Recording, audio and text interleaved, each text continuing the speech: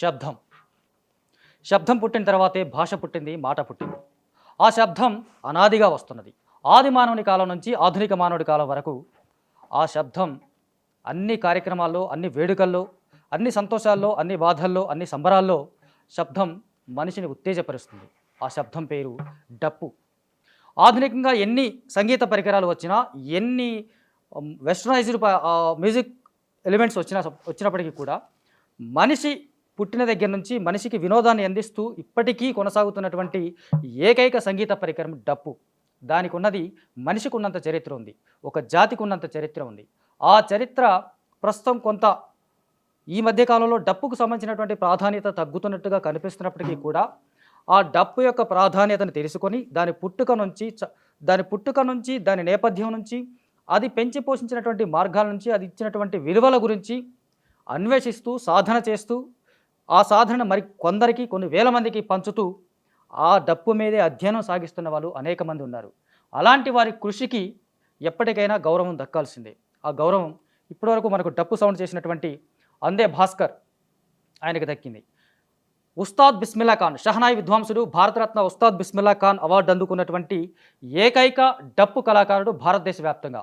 ఇప్పటివరకు శాస్త్రీయ సంగీతంలోనూ లేకపోతే వాళ్ళకు సంబంధించినటువంటి సంగీతంలో ఒక వర్గానికి సంబంధించినటువంటి సంగీతానికి మాత్రమే పరిమితమైనటువంటి ఆ అవార్డు దాదాపు 75 ఏళ్ల దాదాపు 65 ఏళ్లకు పైగా ఆ అవార్డుకు చరిత్ర ఉంటే ఈ 65 ఏళ్ల చరిత్రలో భారతదేశ చరిత్రలో డప్పు కళపై సాధన చేసి ఆ సాధన ద్వారా వచ్చిన గుర్తింపుతో ఉస్తాద్ బిస్మిల్లా ఖాన్ అవార్డు అందుకున్నటువంటి గొప్ప డప్పు విద్వాంసుడు అందే భాస్కర్. మరి ఈ అందే భాస్కర్ ఎవరు?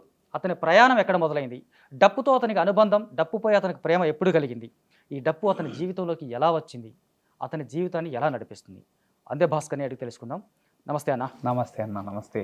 అదిరిపోయింది మీ డప్పు. First of all congrats for the award. Thank you అన్న. దానికంటే మించి అనేక మనం ఇందాక చెప్పినట్టు ఈ దేశంలో ఈ అవార్డు అందుకున్నటువంటి డప్పు అనగానే ఇప్పటికీ ఒక చిన్న చూపు. నిజానికి ఇది ఆదిమ మానవుడి దగ్గర నుంచి వస్తున్నటువంటి సంగీత పరికరం. అలాంటి సంగీత పరికరం ఇప్పుడు కొన్ని వర్గాల సంగీతం ఒక వర్గాల చేతిలో పోవడం వల్ల డప్పు ఇప్పటికీ ఒక చిన్న చూపుకి నోచుకుంటూ ఉంది. డప్పు అనగానే ఒక వర్గానికి పరిమితం చేస్తున్నారు. దాన్ని కూడా తక్కువ చేసి చూస్తున్న సందర్భంలో ఆ కళకి ఒక కళాకారుడిగా అవార్డు రావడం అనేది, అది కూడా భారతదేశంలోనే మీరు ఫస్ట్ పర్సన్ కావడం అనేది ఒక రకంగా డప్పుకి దక్కినటువంటి గౌరవం. ఇది డప్పుకి గౌరవం, డప్పుకు దక్కిన గౌరవం. దీని వెనకాల ఎవరైతే విస్మృతానికి గురైనటువంటి వర్గాలు ఉంటారో లేదా ఎవరైతే ఉత్పత్తి కులాలు ఉంటారో వాళ్ళందరికీ దక్కినటువంటి గొప్ప గౌరవం ఇది డప్పు. ఇది నాకు వచ్చింది కాదు, మన జాతులకు వచ్చింది. పేరు నాది కావచ్చు కానీ దీని వెనకాల ఉన్నది మొత్తం శ్రామికులు, ఉత్పత్తి కులాల వాళ్ళని. ఇది నేను ప్రగాఢంగా భావిస్తున్నా. ఇది నిజం. ఇది నా ఒక్కడిది కాదు, ఇది సబ్బండ వర్గాలది. ఇది ఎస్పెషల్లీ మన తెలంగాణ నుండి ఢిల్లీ కోటల మనసులు గెలిచిన సబ్బండ నాదం డప్పు. ఇది మన గుండె చప్పుడు, ఇది మనిషి గుండె చప్పుడు అన్న. సూపర్. సో ఇప్పుడు డప్పు అనగానే ఇందాక మనం చెప్పినట్టుగా ఒక వర్గానికి పరిమితం చేసి అవును చాలా కాలం అయింది. నిజానికి ఈ ప్రపంచంలో డప్పే మొదటి సంగీత పరికరం. అవును, డప్పే మనిషికి మొదట వినోదాన్ని అందించినటువంటి సంగీత పరికరం, సాధనం. అలాంటి డప్పు మీ లైఫ్లోకి ఎలా వచ్చింది, ఎప్పుడు వచ్చింది? ఇలాంటి డప్పు చిన్నప్పుడు మా ఊర్లో మేము మా తాత లేకపోతే మా తండ్రుల వారసత్వం నుంచి వచ్చింది ఈ డప్పు. మా ఊర్లో నాకు ఏడో ఏట 7 సంవత్సరాలు ఉన్నప్పుడు నా సంకలనం వచ్చింది ఈ డప్పు. గ్రేట్నెస్ ఏంటంటే ఈ డప్పును మా తాత, మా నాన్న, అయ్య అంట, మా అయ్య, నేను కలిసి ఒకానొక సందర్భంలో మా ఊర్లో బుడ్రాయి పండుగ అయితే ఆ సందర్భంలో అప్పుడు నేను చిన్న పిల్లగాన్ని, అందరూ కొట్టద్దు అది అంటే నాకు అప్పటికి నేను స్కూల్కు పోయేటప్పుడు చిన్నప్పుడు ప్లేటును కొట్టేవాడిని, లేదా స్కూల్కు దారి గుండా వెళ్తుంటే నా ఛాతిని కొట్టుకునేది, వస్తుంటే వేళ్లతోటి నా యొక్క తొడలను కొట్టుకునేది. అట్లా ఇది శబ్దం ఆటోమేటిక్గా, లేకపోతే ఊళ్ళో ఉన్న చాటలను మన ఇంటికి వచ్చిన తర్వాత సాటింపేస్తూ ఉంటే, లేకపోతే జల్లెడలను, ఇట్లాంటి వాటిని నేను ఊర్లో పెద్దవాళ్ళు ఎట్లా సాటింపేసుకురో బడి లేనప్పుడు లేకపోతే మిట్ట మధ్యాహ్నము సాయంత్రం పూటను మా ఇంటి చుట్టూ మొత్తం ఇట్లా వేసుకునేది అన్నట్టుగా. అట్లా అనుకోకుండా నా చిన్నప్పటి నుండే ఈ డప్పు నా జీవితంలోకి వచ్చింది. అంటే తాత, తండ్రి, మనమడు కలిసి వాయించినటువంటి ఘనత కూడా నాకు దక్కింది మా ఫ్యామిలీలో. అప్పటి నుండి ఇది నా ప్రస్తావన మొదలైందన్న. ఊర్లో నా చిన్నప్పుడు కూడా నేను సాటింపేసేది. ఓకే. ఎవరైనా ఊర్లోకి అధికారులు వచ్చినా ఏమైనా మా సైడ్ ఏంటంటే డప్పులు ఎప్పుడు మిరపకాయలు వచ్చినా చీరలు వచ్చినా నన్ను పిలిచి స్పెషల్గా చేయించేది చాటింపు ఓకే. గ్రామ కూడళ్ళల్లో. అట్లా ఆటోమేటిక్గా దీని మీద కొంచెం చాటింపు దండోరా వెళ్ళిపోయిందని అట్లా నాకు అవకాశాలు వచ్చినాయి ఊర్లుండి. ఒక రకంగా మీరు జర్నలిజం చదువుకున్నారు. అవును, జర్నలిజం చదువుకున్నారు. అయితే మనకి మొదటి జర్నలిస్టు, ప్రపంచంలో మొదటి జర్నలిస్టు అనగానే ఒక పలానా వ్యక్తి పేరు చెప్తారు, కానీ కాదు.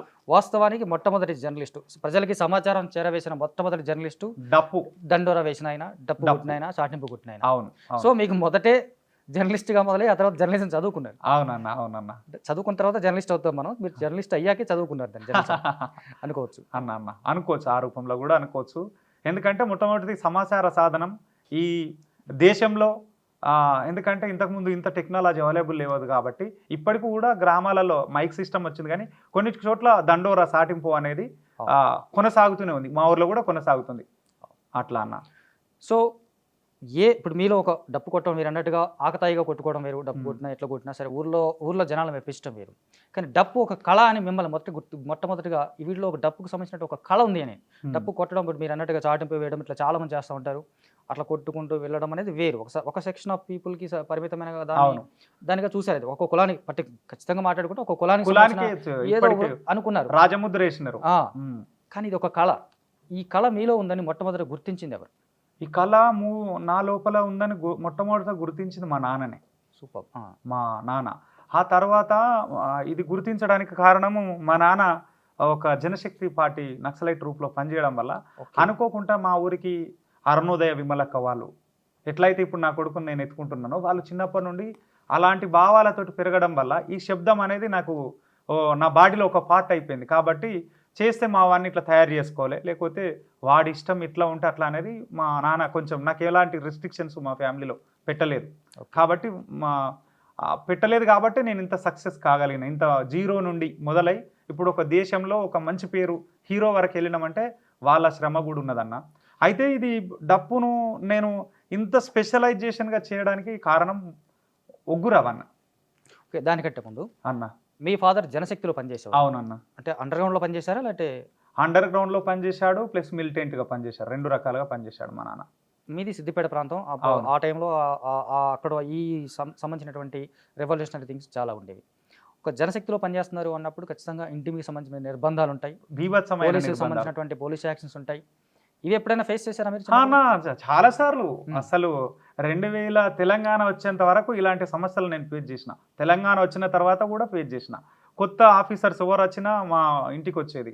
కొత్త ఆఫీసర్స్ ఎస్ఐలు సిఐలు ఎవరు వచ్చినా పలాని వాళ్ళని తీసుకురావాలంటే, చిన్న ఎగ్జాంపుల్ అన్న, ఒకనొక సందర్భంలో మా నాన్న వేరే ఊరు వెళ్ళిండు చుట్టాల దగ్గరికి. వెళ్తే మా ఇంటికి వచ్చి గబారా చేసారు. నేనేమో పొలం పని మీద కొత్త సైకిల్ నేర్చుకున్నా, మా పొలం పని చేస్తే నాకు చికాగా అనిపించింది, చాలా బాధ అనిపించింది. అదే బురద బట్టలతోటి పోలీస్ స్టేషన్ పోయినా. ఎందుకు మమ్మల్ని హింస పెడుతున్నారు, ఇట్లా పెట్టాల్సిన అవసరం ఏముంది అని చిన్నప్పుడు పోతే నన్ను పోలీసు వాళ్ళు చైన్ తోటి కొట్టిన సందర్భాలు ఉన్నాయి. ఓకే, చాలా ఘోరంగా కొట్టిరు. అయినా కూడా నేను వాళ్ళు ఇట్లా చేస్తారా అట్లా చేస్తారా అని మనం చేస్తుంటే వాళ్ళు కొట్టుడుకు మళ్ళీ నా ఎంటబడినారు. మళ్ళీ చిన్నతనంలోనే ఎంటబడితే. ఎంత వయసు ఉంటుంది అప్పుడు? అప్పుడు నాకు 10 సంవత్సరాలు కూడా ఉండే అన్న. ఓకే, 10 సంవత్సరాలు కూడా ఉండే. బట్ నేను నాగలెత్తు లేనప్పటి నుండే నాగలు దున్నడం నేర్చుకున్నా. ఎందుకంటే మా నాన్న మాతో ఎక్కువ గడిపిన సందర్భాలు చాలా తక్కువ. సరే, కొంత వ్యవస్థ వచ్చిన తర్వాత అప్పటి నుండి ఏదైనా కానీ ఒక ముద్ర అనేది పడిపోయింది. అది నా వరకు వచ్చింది ముద్ర అనేది. ఓకే, మీరు అన్నట్టుగా ఇప్పుడు మీ నాన్న నుంచి కళ నేర్చుకున్నారు, మీ తాతల కాలం నుంచి ఇది మీరు తాత తండ్రి కొడుకు వరకు మీరు ఈ కళ నేర్చుకున్నారు. ఒక రకంగా మన పేరెంట్స్ ప్రభావం మన మీద పడుతుంది. అది వృత్తిరీత్యా కావచ్చు, ప్రవృత్తి రీత్యా కావచ్చు. మరి మీకు ఎప్పుడు అనిపించలేదా నాన్న రూట్లో జనశక్తిలోకి వెళ్ళాలని, లేదా ఆ రూట్లోకి వెళ్ళాలని ఎప్పుడు అనిపించలేదు? చాలా సార్లు అనిపించింది. అరే, నిర్బంధాలు కూడా ఎదుర్కొన్నాను అంటున్నారు, పోలీస్ దెబ్బల ముందే చూశానంటున్నారు. ఆబ్వియస్ గా నిర్బంధం ఎక్కువైపోతే మనకు తిరుగుబాటే మొదలవుతుంది. ఖచ్చితంగా ఈ వ్యవస్థ కాదు, అదే కరెక్ట్ అని అనుకున్న సందర్భాలు ఉంటే మా నాన్న వద్దులే, నా జీవితం ఇట్లయింది, నీ దాకా ఎందుకని రిస్ట్రిక్షన్ చేసిండు. కానీ నేను చివరికి అదే నేపథ్యంతో వచ్చినవాడిని కాబట్టి ఎక్కడికి ఏరాలో నేను అక్కడికే చేరిపోయినా చివరికి. అంటే నేను ఏ సంస్థలకి వెళ్ళి మా నాన్న వచ్చినాడో ఆ సంస్థకు నేను మళ్ళీ వెళ్ళిపోయినా, కళాకారుడిగా వెళ్ళిన. నేను అజ్ఞాత జీవితం ఏం గడపలేదు. ఒక ప్రజా ఉద్యమాలను చైతన్యం ప్రజల కోసం పనిచేసేవాడిగా, ఒక కళాకారుడిగా నేను అదే రూట్లో వెళ్ళడం జరిగింది. ఓకే, ఆయనేమో అండర్ గ్రౌండ్లో ఉంటూ ప్రజల కోసం పనిచేశారు. మీరు ఫోర్ గ్రౌండ్లో ఉంటూ అవును ప్రజల్ని చైతన్యపరిచే కార్యక్రమంలో భాగంగా మీరు ఉన్నారు. అవును అవునన్నా. సో ఆ తర్వాత మీ ప్రస్థానం అంటే డప్పు ఎప్పుడైతే మీరు ఇప్పుడు మీ ఫాదర్ అన్నారు, జనశక్తిలో మీకు ఎలాంటి రిసీవ్ జరిగింది? అంటే మనకు మామూలుగా కమ్యూనిస్టు విప్లవ గ్రూపులు ఏదైనా సరే కళాకారులు అనగానే ఒక మంచి ట్రైనింగ్ ఇవ్వడము, సమాజాన్ని నేర్పడము ఇవి చేస్తూ ఉంటారు. అంటే అతను దేంట్లో అయితే ఒక పాటగాడైతే పాటలో తర్ఫీ ఇవ్వడం, ట్రైనింగ్ ఇవ్వడం, కొంచెం మెలకువలు నేర్పించడము, సమాజాన్ని కూడా అదే అట్ ద సేమ్ టైం సమాజాన్ని కూడా చెప్పడం, మీకు అలా జనశక్తిలో ఎలాంటి జరిగింది? అరుణోదయలో విమలక్క వాళ్ళు కొంతమంది రైటర్స్ తీసుకొచ్చి వర్క్ షాప్స్ ఓకే మనం ఎట్లా రాయాలనేది. అంటే నాకు ఎప్పుడు నేను ఉస్మానియా యూనివర్సిటీకి రావడానికి ప్రధానంగా దర్వు కళా బృందం కారణం అన్న. నా పుట్టుక అరుణోదయ కావచ్చు, ఓకే బట్ కానీ యూనివర్సిటీలో చదవాలి అన్న కసిని నిరూపించింది మాత్రం దర్వు కళా బృందం. ఓకే వీళ్ళు కూడా అంతే.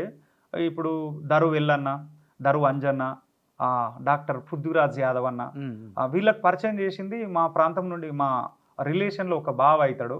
మా పెద్దనాన్న బిడ్డని చేసుకోవడం వల్ల ఆయన నన్ను కొంచెం ఎంకరేజ్ చేసి వీడు రూట్ సపరేట్ అని వీళ్ళని పరిచయం చేయించి అట్లా నేను యూనివర్సిటీకి రాగలిగిన. ఆయన పేరు డి శ్యామ్ సుందర్, దుబ్బాక్ శ్యామ్ సుందర్ మా బావగారు. ఇట్లా వీళ్ళని పరిచయం చేసిండు. అంతకంటే ముందు కూడా లోకల్లో ఎంత స్కిల్ ఉన్నా కానీ కొంత లోకల్లో కొంతమంది కళాకారులు ఉంటారు గుర్తించాలంటే కూడా. అట్లా చీకోడు నరసింహులు అన్న, దోశల అనిల్ మామ కొంచెం నేను డప్పును చేస్తూ ఉంటే చిన్న మెలకువలు నేర్పించేది దోశల అనిల్ కుమార్. ఆ తర్వాత రామారావు, తుమ్మలెల్లమన్న, బాబు అన్న, పద్మనాభునిపల్లె శ్రీనివాస్ అన్న, వీళ్ళు ఇట్లా మా పక్కన ఉన్న సాయి అన్న, అట్లాంటి వీళ్ళు నేర్పించేది నాకు. అంటే ఈ వాయిద్యాల తబల కూడా భజన పాటలకు నేను చాలా అద్భుతంగా వాయించేది మా ఊళ్ళో. ఓకే తబలా, తాళం, ఈ జానపదానికి సంబంధించిన ప్రతి వాయిద్యాన్ని నేను అలవోకగా వాయించగలను ఇప్పటికి కూడా. అయితే ఈ క్రమంలో మీరు డప్పు నేర్చుకుంటున్న క్రమంలో చైల్డ్హుడ్ నుంచి చిన్నప్పటి నుంచి కావచ్చు, టీనేజ్లోకి వచ్చినప్పుడు ఇప్పుడు ఎప్పుడైనా అరే వీడంటే డప్పు కొడుతున్నాడు, చక్కగా చదువుకోవచ్చు లేదా ఏదైనా పని చూసుకోవచ్చు, ఎలా చూసుకున్నా ఒక డప్పు అనగానే ఒక చిన్న చూపు సమాజంలో మందాక మీరు అన్నట్టు ఒక కులానికి పరిమితం చేయడం, ఈ వీడికి ఆగిపోతాడు డప్పు కొట్టుడైంది, ఇలాంటి అవమానాలు ఎప్పుడైనా ఫేస్ చేశారా? బీభత్సంగా ఫేస్ చేసిన. అది అందులో ఏమన్నా మర్చిపోలేదంటే మా నాన్నను పట్టుకొని ఊర్లో, ఏమయ్యా మీ ఊరిని నువ్వు గట్లనే అయిపోయినావు, మీ ఊరిని ఇంకా అదే పద్ధతులలో పంపిస్తావనంటే వాని ఇష్టం, వాడు చదువుకుంటుండు. అంటే ఇప్పటికి కూడా మా ఊళ్ళో కొంతమంది వీడు డప్పే కొట్టుకుంటాడని అనుకుంటారు. కానీ నేను దాని మీద చదువుతున్నా విషయం ఎంత మొత్తుకొని మనం మొత్తుకున్నా, నేను డిగ్రీ గోల్డ్ మెడల్ ఇట్లా పీజీ చేసిన, 3 పీజీలు చదువుకున్నా, ఎంఫిల్ పిహెచ్డి చేస్తున్నాం, అయినా కూడా ఇప్పటికి అట్లనే అంటారు. బట్ కానీ దీని మీద చదువుతున్న విషయం ఇప్పుడు నాతో పాటు చదువుకున్నటువంటి వాళ్ళకు కొంతమందికి అర్థమైంది. అట్లా చాలా విస్మృతానికి గురైన సందర్భాలు ఉన్నాయి. అంటే మన స్నేహితులు కూడా ఊర్లలో కొంతమంది ఫాదర్స్ కానీ మదర్స్ కానీ చనిపోతే మనం వాళ్ళ ఇంటికి భోజనానికి పిలిచి చివరికి నన్ను అవమానం చేసిన సందర్భాలు కూడా ఉన్నాయి. ఎలా అంటే ఇప్పుడు నేను క్లోజ్ ఫ్రెండ్స్, మా ఫాదర్ చనిపోయిండు, ఇట్లా మేము అంటే ఫ్రెండ్స్ సేమ్ క్యాస్ట్ వల్ల అంటే అదర్ క్యాస్ట్ నేను ఒక షెడ్యూల్ క్యాస్ట్కి సంబంధించినటువంటి వాడిని కాబట్టి నన్ను పిలిచి ఒక విస్తారకు పెంట దగ్గర వేసిన సందర్భం ఉంటే నేను తినకుండా లేచేసి వచ్చిన. నాకు ఆత్మగౌరవం ఉంది. నేను డిగ్రీ పీజీలు పిహెచ్డీలు చేస్తున్నాము. రీసెంట్గా ఒక 5 years బ్యాక్ ఇది జరిగింది. 5 years బ్యాక్ జరిగింది. జస్ట్ 5 years బ్యాక్, 5 సంవత్సరాల క్రితం. నేను అప్పటికి యూనివర్సిటీకి వచ్చేసిన. అప్పటికి మీ ఊర్లోనైనా మా ఊర్లోనే. ఓకే, ఆ సంఘటన చెప్పండి, వాళ్ళకి తెలిసింది. ఇప్పుడు వాళ్ళు ఎంత గొప్ప కళాకారుని, ఎంత గొప్ప వ్యక్తిని అవమానించారో ఒకసారి వాళ్ళకి ఇప్పుడు రియలైజ్ అవుతారు. సరే, చాలా ధన్యవాదాలు మీకు. ఎందుకంటే మీలాంటి తిట్టేటువంటి వాళ్ళు, మీలాంటి విస్మృతం గురి చేసేటువంటి వాళ్ళు ఉన్నంత కాలం వాడికి లోపల ఒక ఫైర్ అనేది ఉంటుంది, అంతర్గత ఆత్మ. కాబట్టి వాడి సక్సెస్ను ఇలాంటి రూపంలో తెలియజేస్తాం. కాబట్టి మీకే చాలా థ్యాంక్ యూ. మీరు ఇప్పటికి కూడా మాట్లాడతలేరు. కొంతమంది ఎట్లా అంటే మా యూనివర్సిటీకి కొంతమంది మా ఊరికి వెళ్ళి వచ్చినారన్న, వస్తే వాళ్ళకి మనం చాలా హెల్ప్ చేసినాం. మధ్యలోకి వచ్చిన తర్వాత క్యాస్ట్ ఈక్వెన్స్ చూపిస్తారు ఈ సమాజంలో ఇప్పటికీ. అది నాకు చాలా బాధ అనిపించింది. వాళ్ళకి చాలా అంటే బీభత్సమైన సహాయాలు చేసినాం. అట్లాంటి వాళ్ళు కూడా ఉన్నారు. వాళ్ళకు కూడా చాలా థ్యాంక్ యూ. మీ తిట్లే మీరు నన్ను విస్మృతానికి గురి చేసిందే నన్ను ఢిల్లీకి గురి పెట్టిందని, ఆ ప్రకృతి నన్ను ఆ విధంగా దీవించిందని నేను అనుకుంటున్నా. మీకు చాలా ధన్యవాదాలు.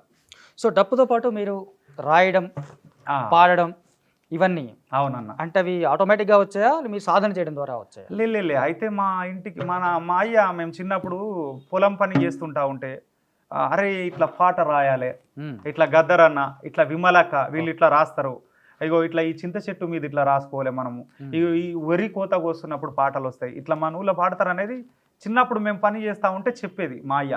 అట్లా ఆటోమేటిక్గా నాకు తెలియకుండా నేను కూరగాయల మీద చిన్న చిన్న మినీ కవిత్వాలు, లేకపోతే మనం చేసే నడక మీద చిన్న మినీ కవిత్వాలు, చిన్న చిన్న జోక్స్, అట్లా మా నాన్న చెప్పినా కొద్ది చూద్దాం అని ఒక చిన్న డైరీ తెలియకుండా పెడితే మా ఇంటికి ఒక కామ్రేడు మా నాన్నతోటి ఉన్నటువంటి ఒక సెంట్రల్ కమిటీ సభ్యుడు వచ్చి వీడు బాగా రాస్తుండు బాలన్న అని రహస్య జీవితంలో ఉన్నటువంటి వచ్చి ఎంకరేజ్ చేసిండు. వీడి పేరు మన ఊరు పేరునే పెట్టాలా, వాడికి అందే. యాక్చువల్గా అదే అడుగుదాం అనుకున్నాను నేను.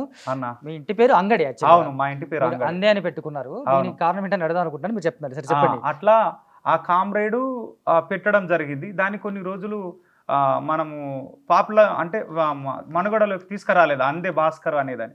కానీ ఇంటర్మీడియట్ తర్వాత ఒక జర్నలిస్టు అన్న నేను ఈ కవిత్వాలు ప్లస్ నా ప్రదర్శనలు అవి చూసిన తర్వాత ఆయన పెట్టింది బరాబరే, ఇప్పుడు నేను కూడా అదే పేరు పెడుతున్నాను. నీవు అంగడి అంటే అక్కడనే ఉండిపోతావు, ఇక్కడ అంగడి లెక్క, కానీ అందే అంటే ఒక గజ్జె ఒక మూవ, కాబట్టి ఈ దేశంలో నువ్వు మారుమవుతావని మా దగ్గర ఇప్పుడు సాక్షి రిపోర్టర్గా చేస్తుండ అన్న. అప్పుడు వార్తలు ఉండే. బాలరాజ్ అన్న చాలా థ్యాంక్ యూ.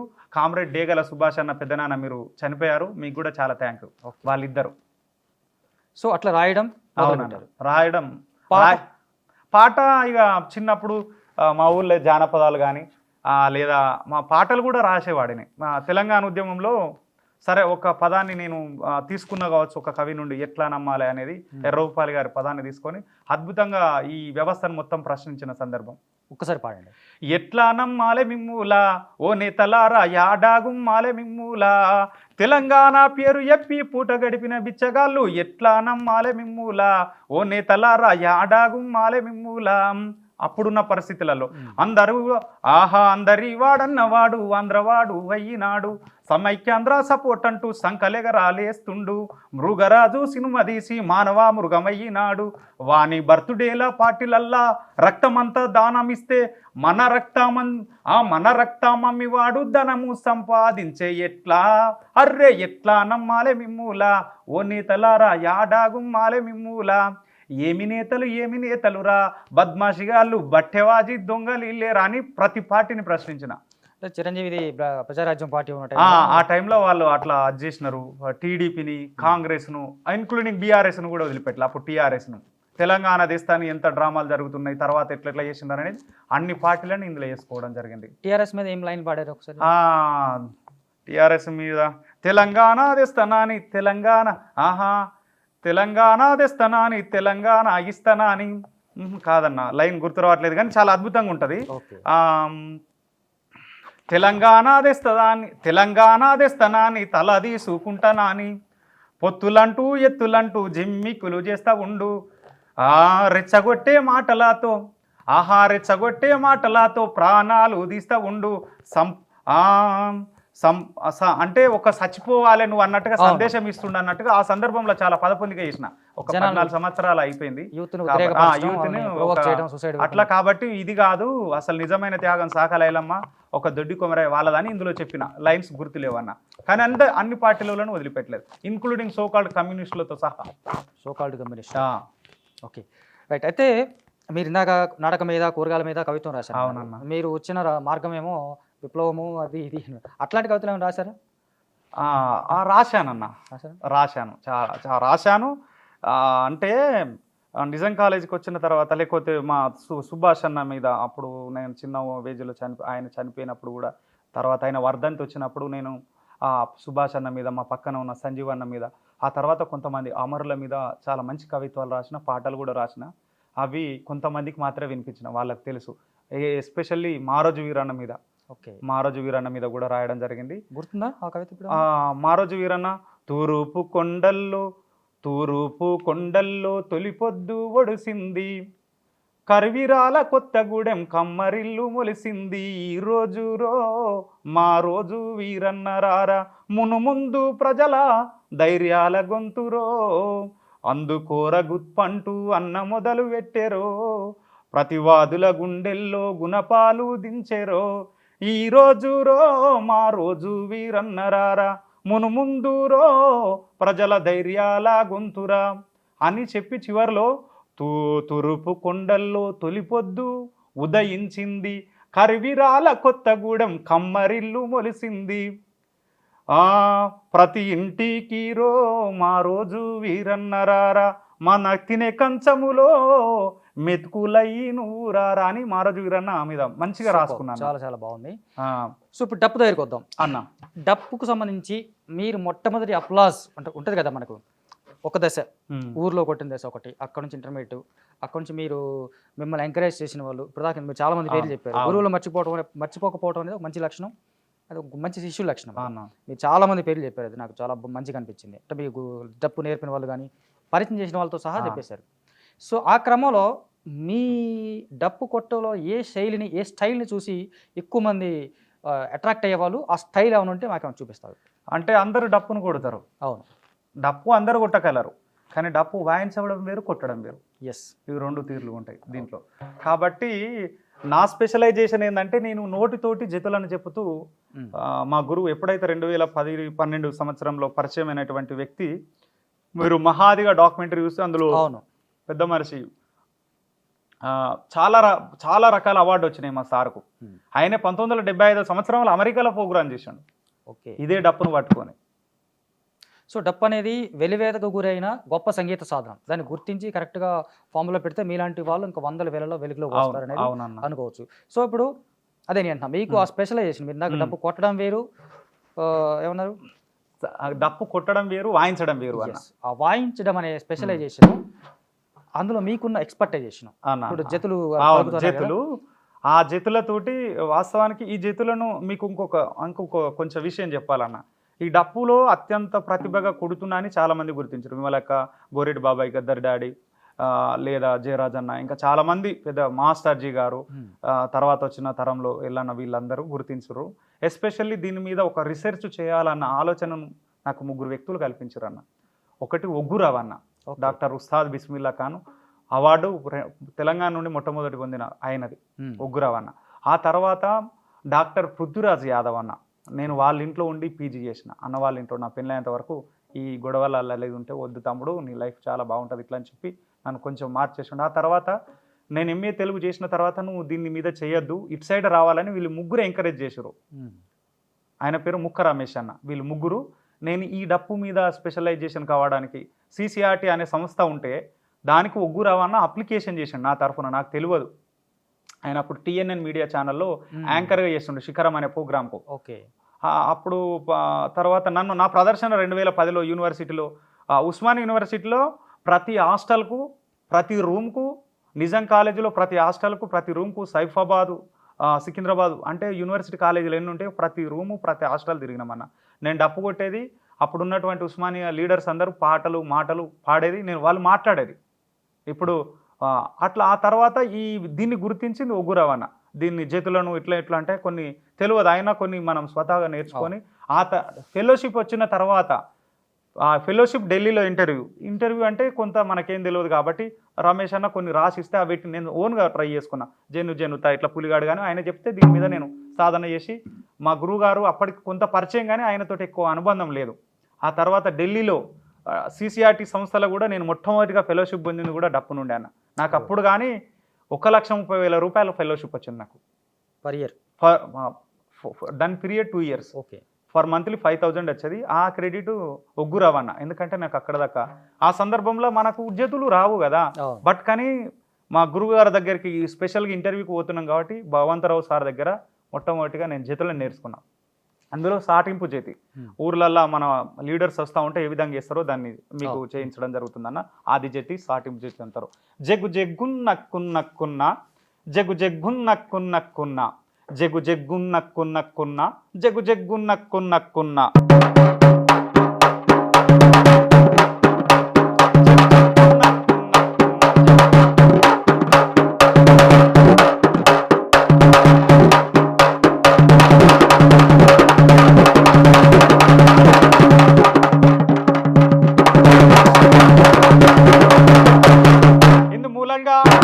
యావత్ మందికి తెలియజేయనది ఏమనగా, ఈరోజు మన గ్రామానికి కలెక్టర్ గారు, ముఖ్యమంత్రి గారు అందరూ మన గ్రామానికి అధికారులందరూ రాబోతున్నారు.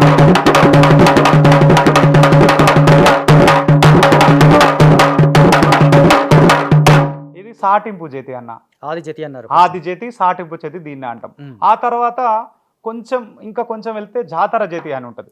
జాతర చేతి జామ్ జామ్ తక్కత, జామ్ జామ్ తక్కత, జామ్ జామ్ తక్కత, జామ్ జామ్ తక్కత.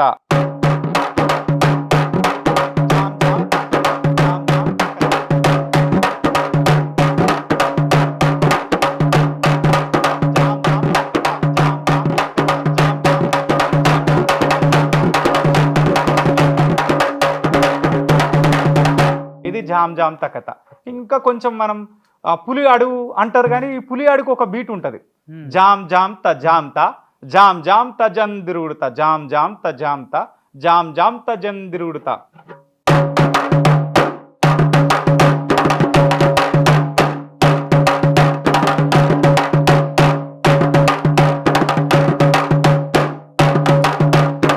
జన్ను జన్నుత జన్ను జన్నుత జన్ను జన్నుత తిరుగుడుతాం. జన్ను జన్నుత జన్ను జన్నుత జన్ను జన్నుత తిరుగుడుతాం.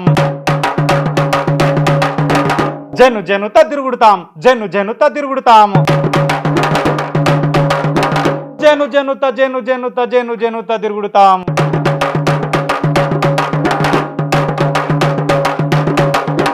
జన్ను జన్నుత జన్ను జన్నుత జన్ను జన్నుత తిరుగుడుతాం.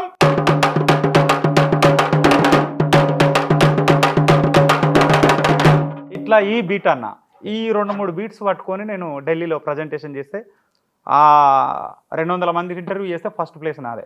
సూపర్. అయితే మనకు మీరు తెలంగాణ అనగానే మనకి రకరకాల సంప్రదాయాలు ఉంటాయి, రకరకాల వేడుకలు ఉంటాయి, రకరకాల పండుగలు పబ్బాలు ఉంటాయి. అకేషన్ ఏదైనా సరే డప్పు అనేది కామన్. అవును. కాకపోతే మీకు సంబంధించి పర్టికులర్గా నేను చూసింది ఏంటంటే ఒక్కొక్క అకేషన్కి ఒక్కొక్క డప్పు. అవును. అంటే మనకి పీర్ల పండుగ జాతర అయితే ఒకటి, పీర్ల పండుగ అయితే ఒకటి, మన అమ్మవారిని పెడితే ఒకటి, ఉప్పలమ్మలు పెట్టుకుంటే ఒకటి, మైసమ్మలు పెట్టుకుంటే ఇట్లా డిఫరెంట్ ఉంటాయి. అవి ఒకసారి అమ్మవారి చేతి పులి అడుగు చేతి సేమ్ అన్న. ఓకే. తర్వాత ఇప్పుడు పెళ్లి డప్పు అంటే ఒక్కొక్క ప్రాంతంలో ఒక్కొక్క తీరుగా వాయిస్తారు.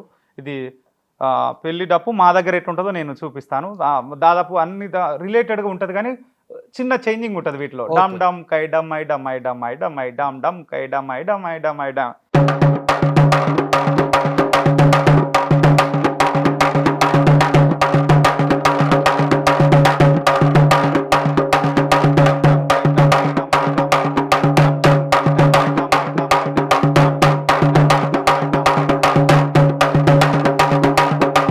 పెళ్లి కంటే ముందు ఐరైన్లు పడతారు అన్న. ఆడవిల్లలు తీసుకొచ్చి ఊర్లో ఐరైన్ పడతారు. ఆ ఐరైన్లు పట్టినప్పుడు కూడా ఒక డిఫరెంట్ ఉంటుంది.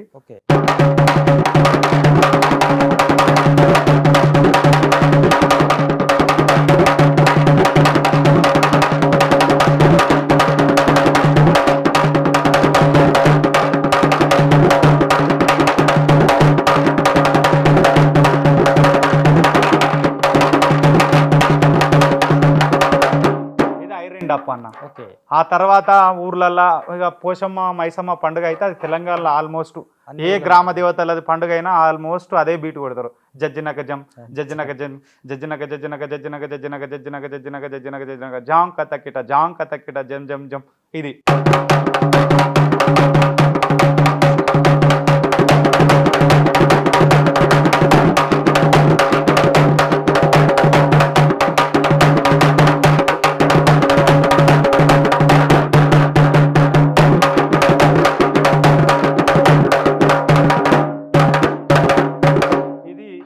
ఆల్మోస్ట్ తెలంగాణలో ఇది ఉంటుంది. కానీ నల్గొండలో ఈ బీటు జిమ్మిట్గా మన ఏం చిట్కా అంటామంటే దిమ్మిసా దరువు అంటారు వాళ్ళు. ఓకే.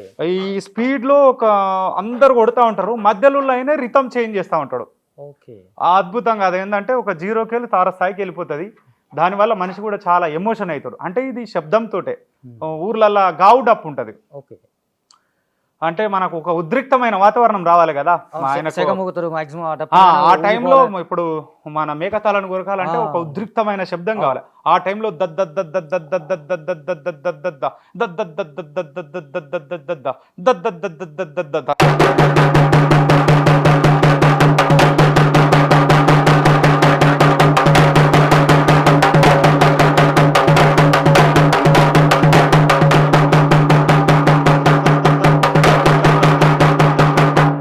శబ్దంతో ఆయనకు ఉద్రేక్తం వచ్చేస్తుంది. ఎవరికైనా వస్తుంది, ఇక్కడ మీకైనా వస్తుంది, నాకైనా వస్తుంది.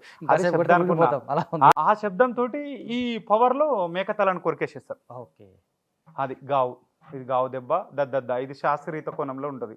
దీన్ని ఇంకా కొంచెం మనం శాస్త్రీయత కోణంలో చూడాలంటే రీసెంట్ ఒక వీడియో వైరల్ అయింది TV9 ద్వారా. ప్లస్ మన పద్మశ్రీ అవార్డ్స్ వచ్చినటువంటి వాళ్ళకు నేను అక్కడ క్లాస్కి వెళ్ళి ఇవే బీట్స్ చెప్తూ చేస్తూ ఉంటే